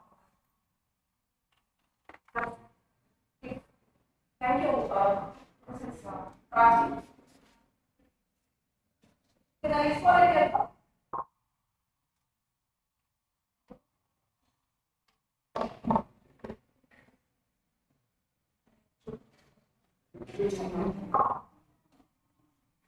this is one box. Yeah, this is a box which is some pergaments are there. So, okay. But is there any indicator? The label variant is not there, but it does say that it's participant, it shows the green label. So this is a rock identification software. Yeah, there could be a mark. So we can see that. Okay. Behind it, we can see that recyclable symbol is there. 5 written. The next one is it's a form of understood is recyclable packaging.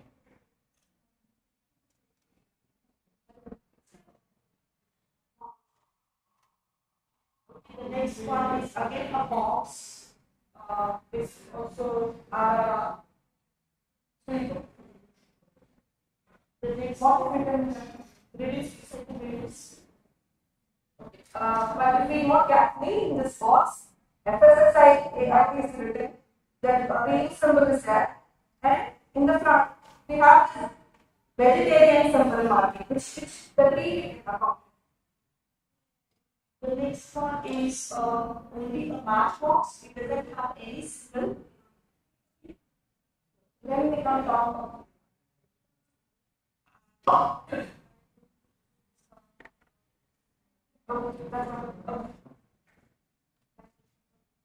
So now identify.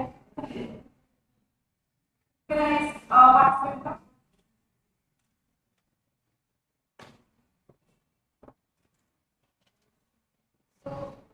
This is something that I already had, which is the symbolic or it's a sanitary napkin,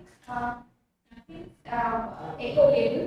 So it's biodegradable, and you have the yeah. No, that's it. Okay, just a photo.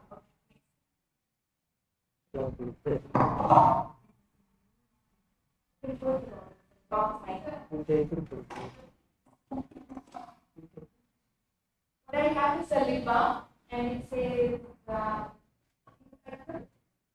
number 7.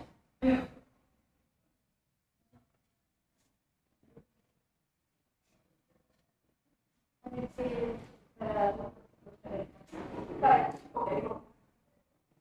and there is a soap box, and it also has a recycle symbol, but it does not indicate the number. So I'm not sure. And the channel is CE. See, any symbol is there here. So got this dustbin and a cross. And there is a shampoo section. And it has recycling number 7. Okay. And then yes. Okay, what is that? What symbol is it? It is 100% vegetarian. 100%. And it was accepted by Vegetarian Society of London.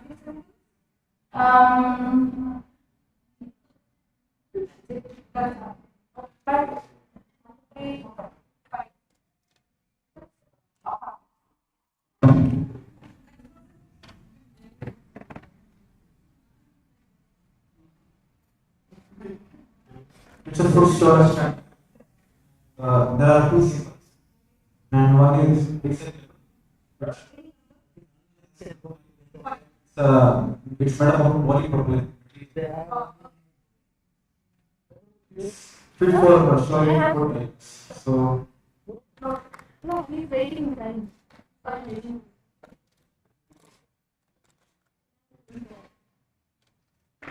process mouse. Showing recyclable number 10. Any symbol?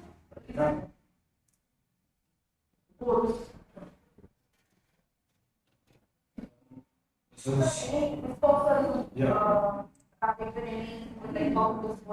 No. There's no match.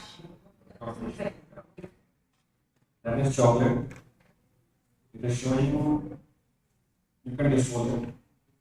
Then recycle. Yeah. So the three ingredient is 100% integrated. And it can dispose. It's dustbin And recycle. Is recycle. recycle. Third one is charcoal. It is showing cannot dispose. Cannot dispose. Yeah, you cannot dispose of dust. Dust.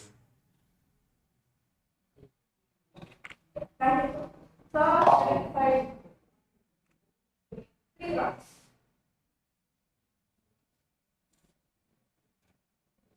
Yes, ma'am. Oh, you want to? First, label is eco-friendly. It means reduced environmental impact, and it's also written that does not contain rainforest. The second one, there are two symbols of go green. Second planet, that is reduced environmental impact. I don't know if both of them mean the same.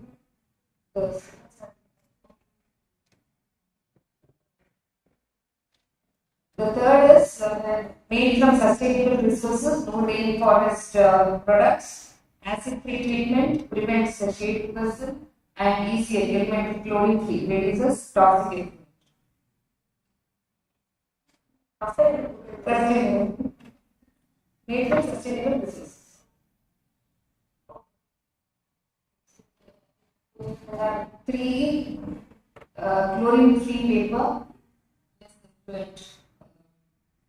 Ozone treated. Eco-friendly. Different types of eco-friendly. So, another class 4.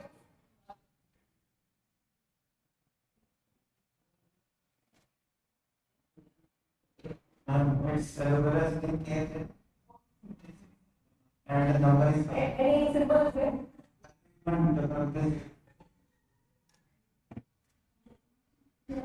There is a symbol on your jacket also.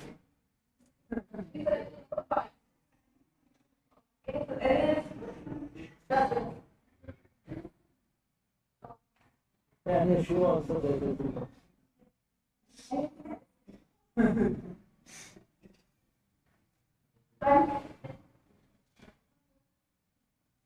Yes. in the water bottle recycle. So we have this IISC mark. He is the one who was identified in the red bottle. The IISC mark and there is a recycle.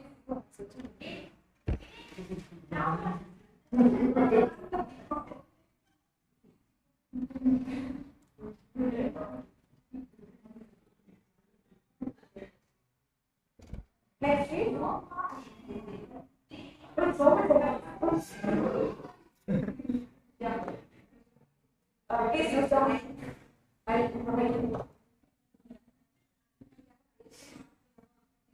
Symbol on the bottom.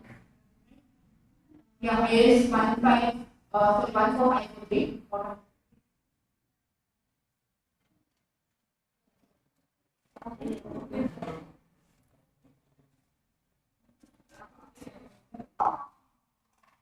This also has a recyclable symbol.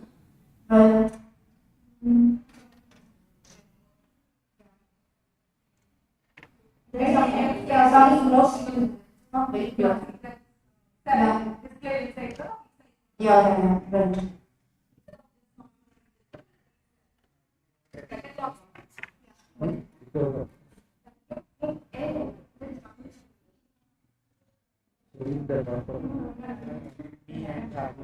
Indian style. I think we have given some like part. Well,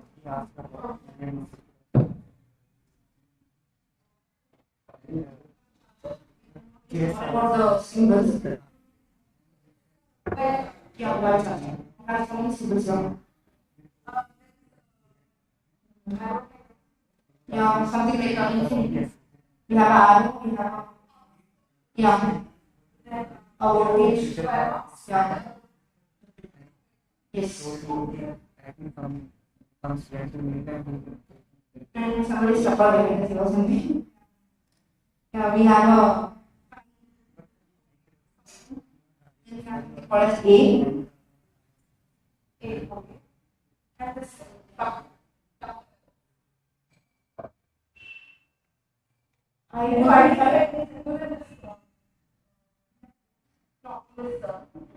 get it shown as the invoice, so I got it. This actually, electrical appliances should have I'd say, but this one we couldn't find. So usually she does not have this getting from first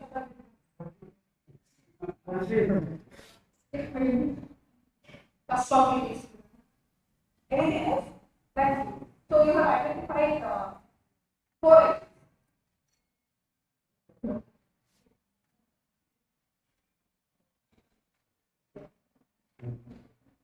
Riddle hammers. This I can He did everything now. He did.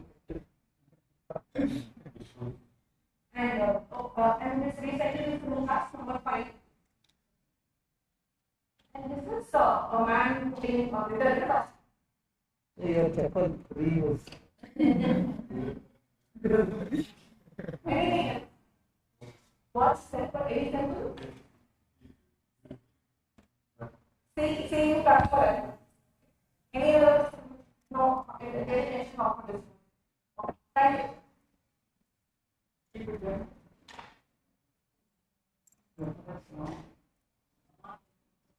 Everyone get their inputs? Shall we proceed to interpretation?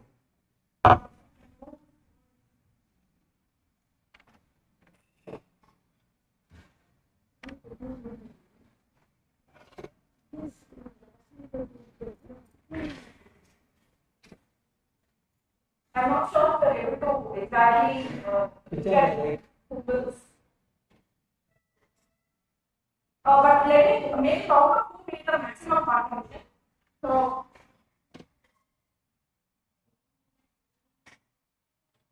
three, 4, 5.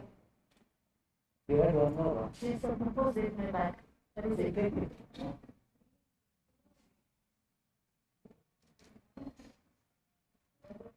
Ruti, I forgot the one.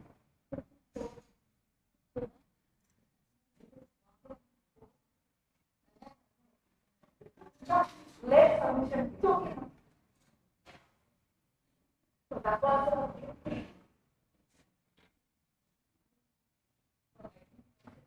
But no, I have one more which is if you want to count it, that is that will be a tie between so many symbols.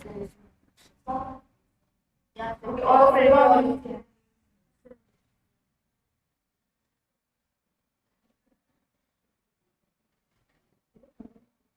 So Aparna's clear winner.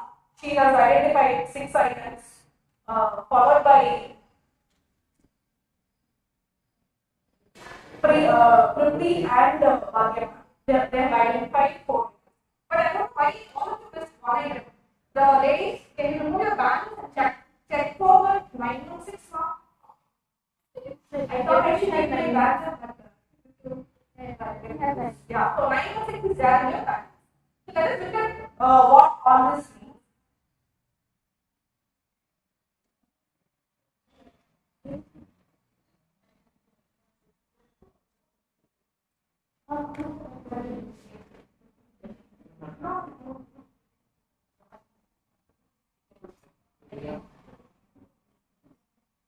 So we saw a lot of symbols from the common products that we use on a day-to-day basis. Let us understand what it means. So the first item we identified was the soap. This micro standard soap had a recyclable green color symbol with no number indicated between it. It means it can be recycled. Just the recycling symbol, green color. It indicates it can be recycled. Next is the lip balm, and the lip balm. It should have read something. It reads 7. I don't know, but it reads 7. It means the so plastics which are the products which use plastics, they define whether they can be recycled or they are not recyclable based on the numbers that is present inside this mark. So we have from 1 to 7 indicating the different types of plastics used to make the product. So number 5 means mostly the same product. It could have been written whether it is PET, PET, what is the plastic used there. So number 5 is PP, polypropylene. I will write what each indicates. Number 1 indicates the PET or PET bottle. This polyethylene terephthalate. The plastic water bottles that we daily use, these come under this category. All the cooking oil and the soda bottles and the soft drinks that we get, the Fanta and everything, and the mouthwash. These are all made of PET bottles. These are recyclable. They are easily recyclable. They are easily crushed, and they are not problems when we try to recycle it. For example, some plastics will not be able to decompose easily, but PET bottles are easily decomposed. So that's number 1. Number 2 is HDPE, which is high density polyethylene. This can also be recycled, and this is extremely common. I'm not sure if anyone identified number 2, but these HDPE plastics are used for making shampoo bottles, detergent bottles, all the cleaning product containers like your comfort, all that comes in HDPE, high density polyethylene. This can also be recycled. So number 3 category comes the PVC. Anywhere where you have the word PVC, pipes, right? So these are extremely flexible plastics. They are soft, they are extremely flexible. They listen to what we say. So they are using this PVC for making its toys, those colorful toys which are easily wearable. And for furniture, like I'm sure we have seen plastic chairs, they are also made of PVC, and but this cannot be recycled easily, and this should never be burned, because this is going when burned going to cause a lot of release a lot of toxicity. So this PVC should be disposed in a proper manner. This cannot be easily recycled. So let me go to number 4. Number 4 is LED. LED means low density polyethylene. All the plastic bags that we take for grocery shopping, all this freezable jams or sauces that comes, and the fresh bread that comes, these are all made of these low density polyethylene plastics. Yeah, that is number 4. This can also be these can be returned to the stores. Like you can give it back and they can reuse it. That is number 4. Number 5 is polypropylene. Number 5 item is what we found in this box. This is a Tupperware hard plastic box. It is used for storage, and this is usually used to store hot items like your hot potatoes, like your yogurt, your sour cream, the straw made of this kind of number 5 plastics, and the bottle caps. These are all made of polypropylene, and these can be recycled. Number 6 is made of PS, polystyrene. Have you heard about styrofoam anywhere? Packing, correct. Anywhere else? Any coffee cups?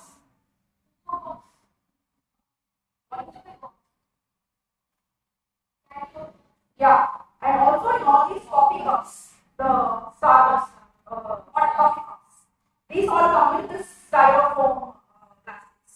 So these are they say it is disposable, and they are good to containers. They are almost available everywhere, but they sometimes they have mostly 98% of the consumer is bad. So when you recycle it, you should make sure that you squeeze it, the air should come out, and then only you should recycle it, because otherwise it will right away disintegrate and create more environmental problems. So next time you drink coffee in a hot cup, make sure this diagram is posted properly. The seven that you find everywhere, this ribbon, and then shampoo packet. This number 7 is a very common, very commonly used, but the number 7 doesn't belong to any of the 6 categories that we already saw. The number 7 is a mix of the plastics. So any plastic that doesn't fit into the first 6 categories are labeled as 7. These are made of multiple plastics and it can't be easily recycled. So next time you don't go for one rupee packaging, please buy a bigger bottle because these are not, they won't be easily recycled. Even the baby bottles come in this category. And finally, one more thing that we saw was in chocolates and in food boxes, we saw this dot in food products. If you observe SPP, we see this labeling saying that it is vegetarian or non-vegetarian or vegetarian. Green is vegetarian, red non-vegetarian, brown is vegetarian. I'm sure everyone must look for this before they buy a product. And this is made mandatory by FSSAI, the Food Safety Concern. Yeah, so that FSSAI complaint, if FSSAI symbol is used in a box, it means that the manufacturing and the handling of this case has been regulated and has been monitored. That's what this means. And no one found order. Here. Okay. Yeah, so in this all-out liquid, I'm not sure if you're able to see, but can you see this green color rectangle here? Can you see this green color rectangle? So this reads caution, keep out of reach of children. So there are 4 kinds of caution used for insecticides, pesticides, herbicides, and this color indicates the intensity of this. So I mean, we have identified this children which reads PAB 21. Not sure what it means, but I know. So this 4 kinds of caution symbols will be used for pesticides, insecticides, and all. 4 colors will indicate blue, green, blue, yellow, and red. So this green color is the one that we use for these liquids and repellents, like the odors that we apply on. So this is green color means you have to keep it out of reach of children. They should not be tested. And anything above organization above 5,000 units is going to be a problem for this kind of products. The next one is the blue color one. So the blue color one is used in herbicides. We might not have seen it on a day-to-day basis, but farmers who are using it might have noticed this, and there is a body index danger in it. And if, the range that is recommended is 500 to 5,000. We exceed that, it is going to be a problem. The yellow one is the poison, but we use it on a day-to-day basis. Examples, we definitely use it.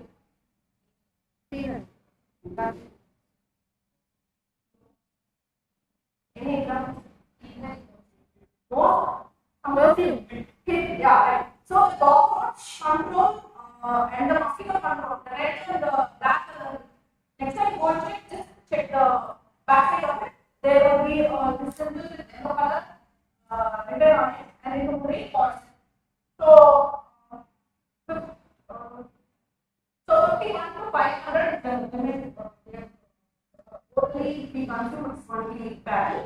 The red one is the most serious one, and it is there is the Taylor symbol, which means it's extremely poisonous. And any ingestion from 1 to 50 units is going to be very dangerous. It has ethyl mercury acetate and zinc sulfide. I'm not sure where it was used. Can anyone guess? Extremely poisonous.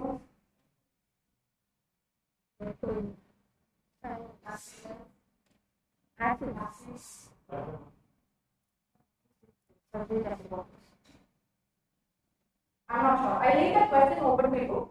You can think about it. I will cover so there is this man standing and dustbin symbol there, which means you have to be good citizen and do not litter the place. It is just a good practice that companies follow to say that they have disposed this product in the dustbin properly. That is this. For consumer electronic products, we found dustbin customer, which means you should not dispose it. I think my smartwatch charger pack that's full. You should not. Yes, sir. You should not throw it in the dustbin. You should give it to the appropriate electronic waste collectors for recycling. They know to dispose this or recycle this properly. In all the consumer electronic products, the CE symbol will be there, and they will surely mention how to dispose it. So this is so we got this. Anything else left? Books. Yes. So the books are boring, and this one ma'am showed was made sustainable. So various methods are used to make the papers. So actually, I didn't know that there are so many ways to make a paper of. So this one was oak, and another one was not forest was cut, and next one was ozone treated something like that. So next time when you go and buy the product, just be aware what to choose. Choose a product that is not harmful for yourself and for the environment. Because we saw the different type of plastics and what harm could create. Think wisely before go and purchase the next product. And then why this has a link to the chapter that we want to see. And also I told you how you can check in the bold ornaments that we use.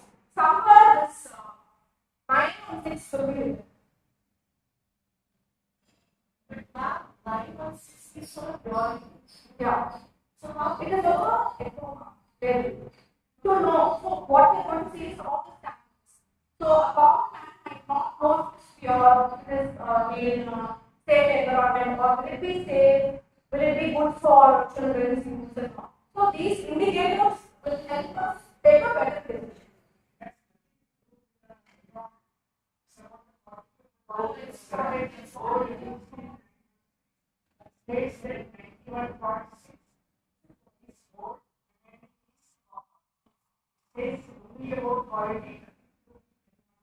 Okay, that part I agree. I just wanted to give you an example of other eco that we can look for. Thank you.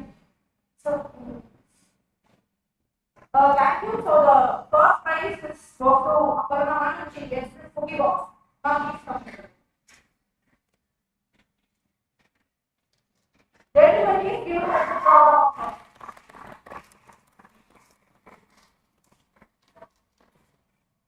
Thank you. And then let me share this.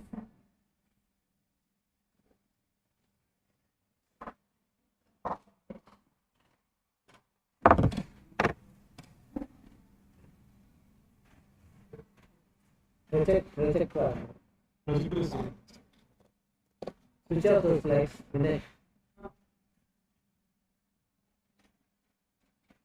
It's okay, you can see those later. It's okay, let us continue.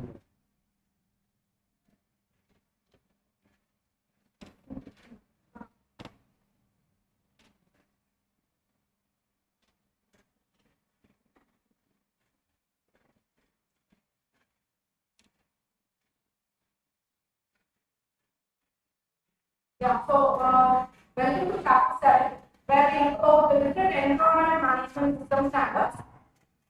So agenda of this presentation is to understand units, to explain the benefits of establishing units, why do we need a unit, the ISO 14000 series, which is of more prevalent to us, and the implementation of units, benefits of implementing units, and I have 2 case studies that we can discuss. So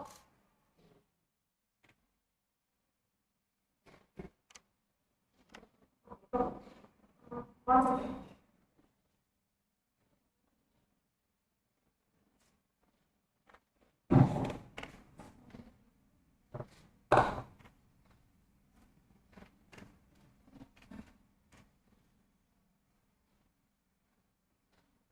facilities where we perform the revised slide example. So, in the first phase, we look about the quality standards.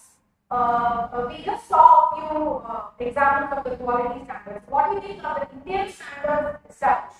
Can you give me some examples? Who's the organization in India to give the standardization? To copy on that.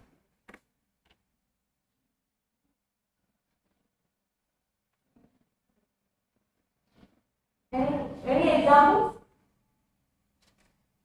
Who do you think will authorize? Is there a body in India who will authorize? IISC. Yeah. And is there any other trademarks you have seen like the 916? Yeah, Advan is one good example. So Advan is given for food products, vegetable oil, and all that.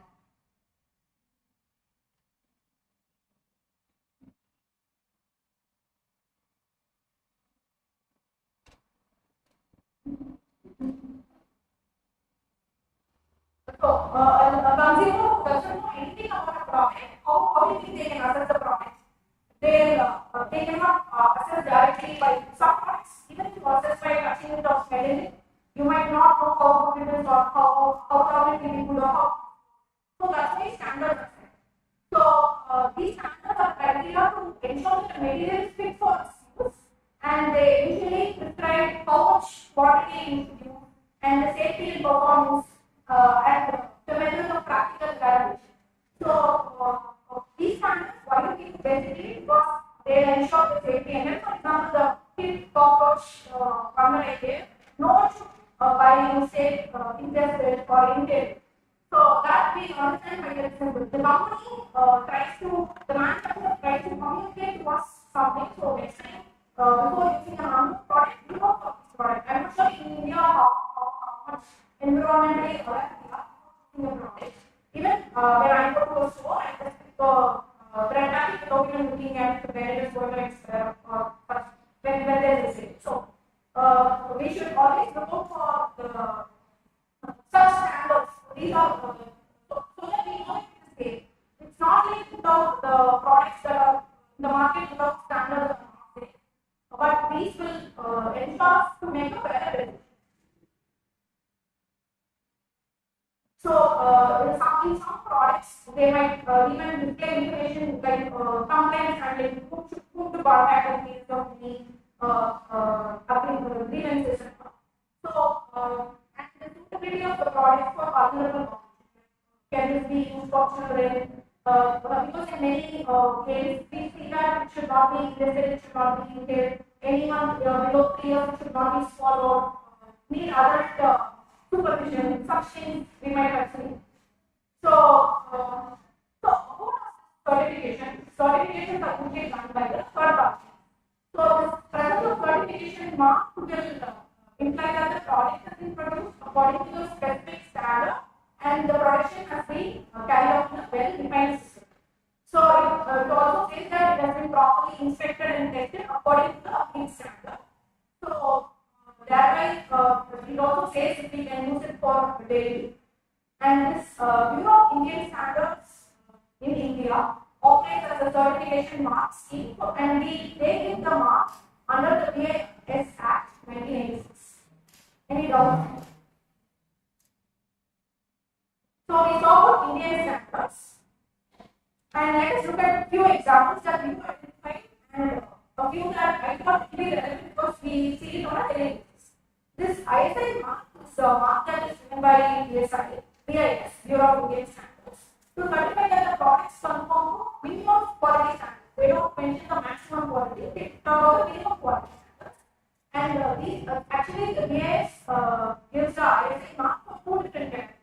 There are some products which need compulsory certification, and there are some products which can be voluntarily certified. So compulsory certification includes the infant food colors, the cement, electric appliances, heater, and packaged bottled water. Because we are consuming it and it could directly affect us. The voluntary certifications that are voluntary, you should check this biscuit packet also. Coffee powder, pressure cookers, gas stoves, and PVC pipes, water heaters. These from the quality certification. That is one example of standard. The next one is the part one. This will this records the appropriate content of the precious metal in the precious metal articles. So currently gold and silver have been bought under the part. The silk one, have you observed it outside a silk saree shop like Kaveri Korean? So the silk one is surely labeled for pure silk. It also promotes genuine traders this silk business rather than duplicate silks and artificial silk. It helps in genuine promotion of natural silk. Few more examples. This is the first one that actually it is not made, but not very clear. AGMA. So it is a mark on agricultural products, and this is by the Directorate of Marketing and Inspection.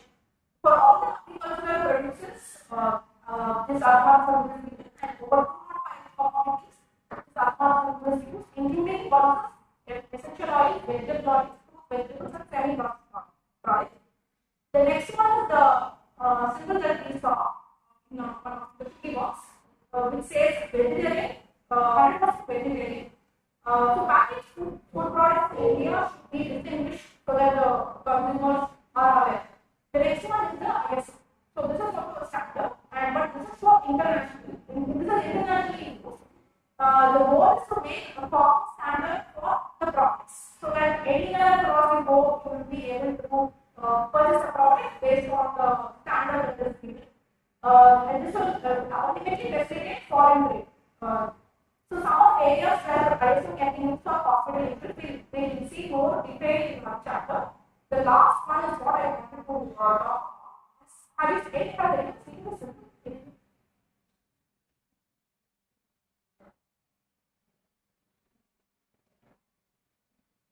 So this is the EcoMark symbol. This is the shape of an earthen pot, and this was notified by the federal government, and this is the standard that Indian government uses. Like all the countries have management standards, and EcoMark, this earthen pot is the one that Indian government is using, and you won't believe that it came in 1992, but I'm not sure, I have not seen it anywhere. This uses what signifies that this earthen pots are renewable resources. Like it is made from the earthen material. So it does not produce hazardous waste. It will be created, will be disposed, it is not going to make hazardous waste, and it doesn't consume a lot of energy, electricity. Like it requires very less energy in it, and it's solid and this weight looks very good. So this represents strength and as well as fragility, just like our poster. This represents strength and fragility. And finally, the EcoMark products have to be established to the environment. Only such products will be given this EcoMark.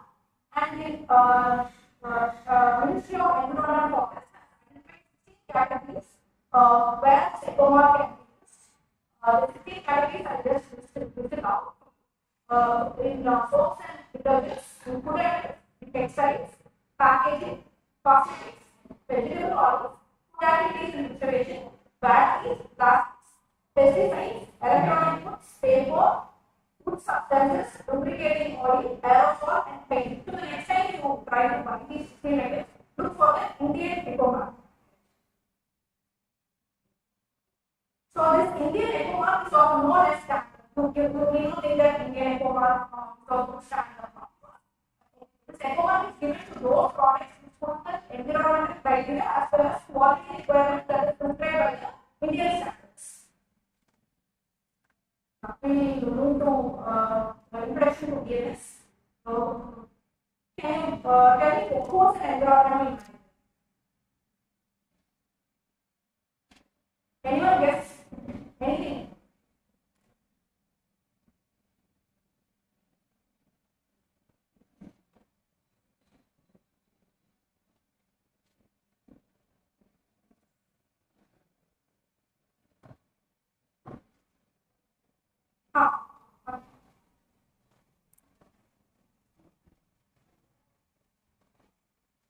One who is outside the industry and participates so that all the rules and regulations are to make sure that all the rules and regulations are met in accordance to this.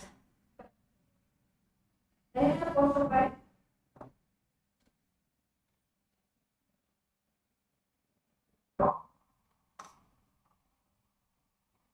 Okay, so I tell you, any please go ahead. He is an external party, function of which is to measure the implementations and check all the compliances are being followed. Sure. So don't you think that we all are going to be future environmental managers? So we are the ones who are going to be external to the industry. This not necessarily should be an external party. Some project which is approved with great steady in this one, they put a condition that there should be a person appointed in that project who full time monitoring that and giving report to the board. So it need not be external. Now can you give clarity on this? So that environmental manager be external or they can be? Like I do construct many projects. In our HSC division, we say health, safety, and environment. There is a requirement that before the project starts, they should submit a organization structure. Within that, there should be a environmental manager. It's a requirement for that.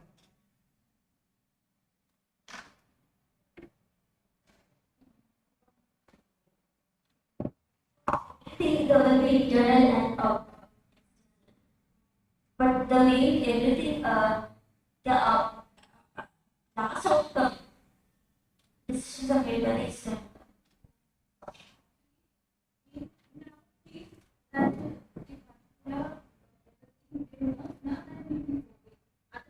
In some companies, they don't have the much awareness. Then we can use the other expert of the evaluation of our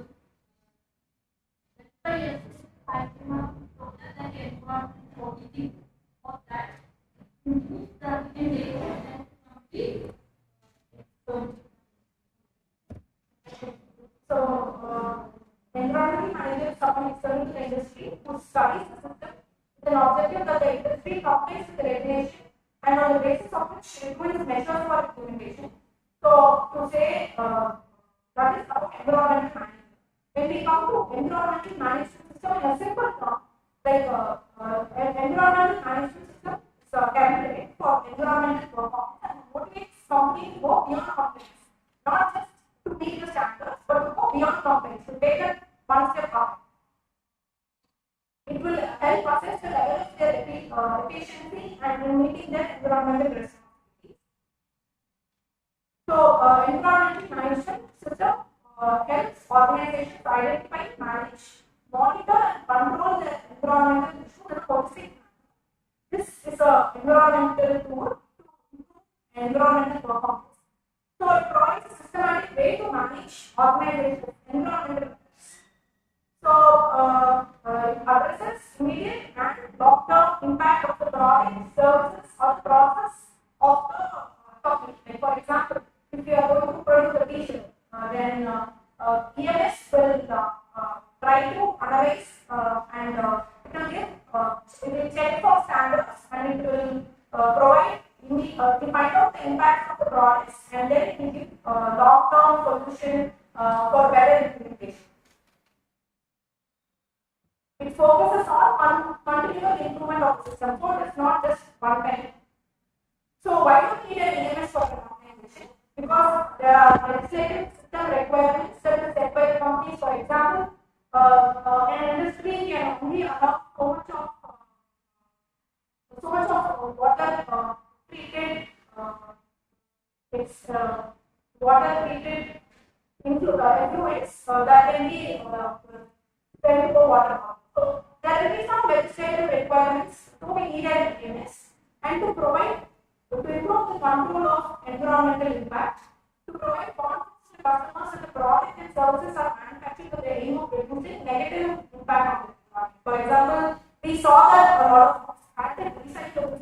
So it's trying to say that they are trying to reduce the negative impact on the environment. It doesn't really mean that it doesn't fully mean that it is good for the environment, but we can recycle the product. And so our market is continuously upgrading, and we should stay relevant in the market and try to bring the competitive advantage. To meet over the competitor, at least to have this EMS in place, and to reduce the so insurance companies when they come for inspection or when they try to settle their insurance money, they ask companies, did you keep this, was this for, was this proceeded for? And then only they sanction the company. So, every insurance company also, you should have an EMS in place and make public and media support. We can even give an example of companies which are getting media support through their showing that they have EMS in place. So, EMS is needed for an organization to gain public and media support to the customer. Can you think of any examples of any organization which claims they have the standards and they have EMS in place? Yeah, am I wrong? See, but paper parties. Yeah, correct.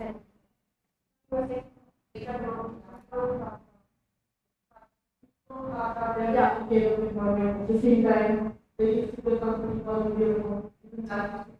because they used to have washing machine and refrigerators.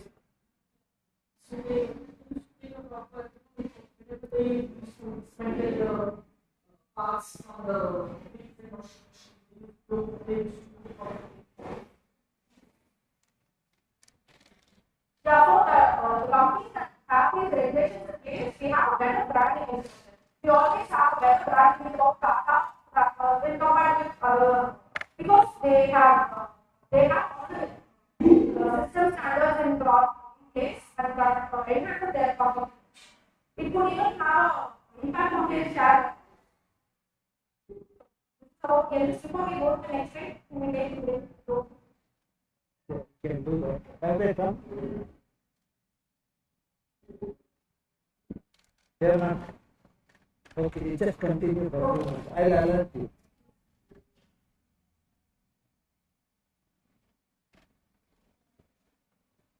So, what is this PDCA model for?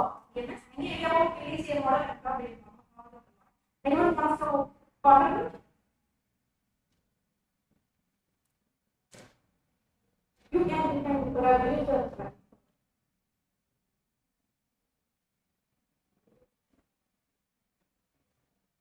Okay, so the planning phase, we identify the environmental aspects in the goal. Then what do you want to improve in your company? And what is the main barrier that is there to overcome this problem? How can you eliminate it? What needs to be done? All that you plan it and establish goals for the planning phase. The second phase, which is the implementing phase, can we, in a small level, can we implement it and see if it works? So we give the appropriate training and controls to do it in the second phase, implement. In the third phase, we check if whatever we try to implement, does it work out, and we gather the data evidence for it, and has the problem been eliminated. That we move the checking phase. The final phase or the reviewing phase, we progress the reviews and act to incorporate the required changes. Like in the checking phase, we found some results. Based on that results, we try to implement it and in the everyday operations. And if it doesn't work, some function that we gave before, then we go back to cycle again, do another whole cycle. So this is a continuous process. It's not like one time. So this model will ensure that environmental matters are systematically identified, however, controlled and monitored. So it also helps ensure that the performance of EMS is improved over time. So for example, initially there was ISO 1996 standard, then 2005 4 standards. Now we are at 2015 standards. So we keep evolving over time. So the core elements of EMS are environment. We have to first give a written statement from the senior management which express their belief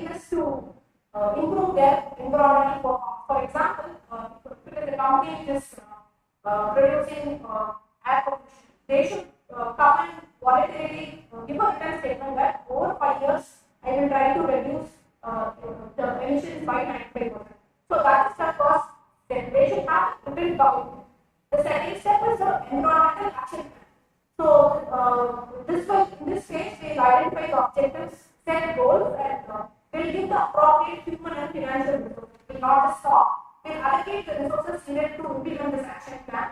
The third phase is the environment-related organizational structure. So here we delegate authority and tell them who should do what, and we give them assignments. The fourth phase is the integration of environmental concerns.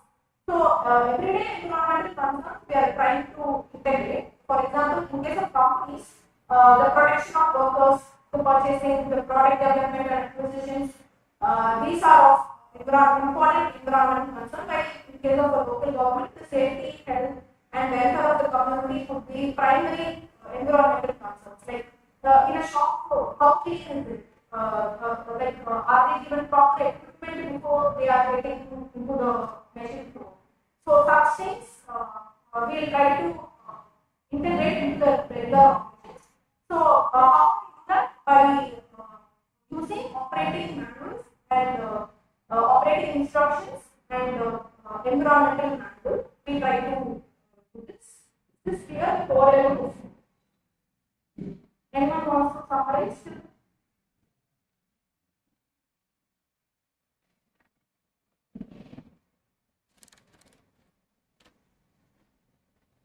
Rajesh.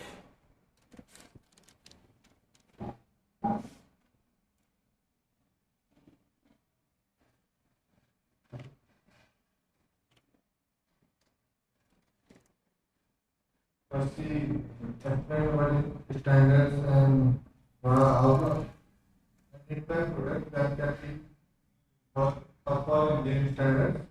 Then they give some example for such as design, hallmark, silkmark, penmark.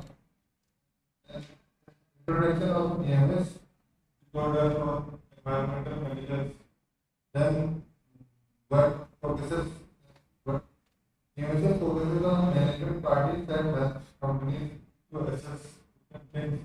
Then EMS helps organizations identify, manage, monitor, and control their environmental issues. Why we should do EMS?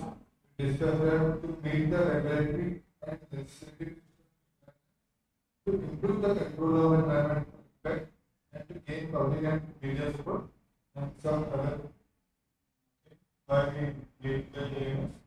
And for that, we actually discuss PDCA model. What is PDCA? Plant, cell, and bag. First, in this, we do two steps. First, then implementation, then checking, then taking, and then we discussed about the 4 elements of EMS. And first element is environment policy, second is environment plan, third is environment related organizational structures, and the last 4 elements of EMS is integration of environment. So what are the benefits of implementing EMS? So when we have lower pollution emission, for example, then the overall environmental performance of the company will also increase and will be in compliance with the environmental legislation. We have various acts. Can anyone give a few acts that we saw? Environmental Act. Air Act, Water Act, Biodiversity Act, Air Act. So, resource conservation. So, when we reduce the waste, we also conserve the resources. So, we make it more customers because of our brand image. It enhances brand image. And if the workplace is clean and safe, the employee whoever we visit, they'll feel that my company is very clean, they care about me, they have stricter environmental standards, or they care about my family also. So that boosts the employee morale. That will also lead to productivity. Like, for example, this room is very cluttered, we might not very cluttered, we may not feel like working. We might feel our mind is clogged. So in an organization, this really has an impact on the employee health. And as I told earlier, impact made with public regulators, investors, as well as shareholders. And the employees are also aware of the environmental issues and responsibilities.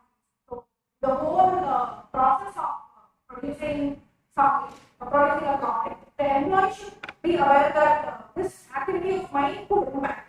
So they will also be more conscious and they also be aware of environmental issues and responsibilities that could be a result of software. So these are some of the benefits of implementing this. Can we move to next slide? Can you take a break now?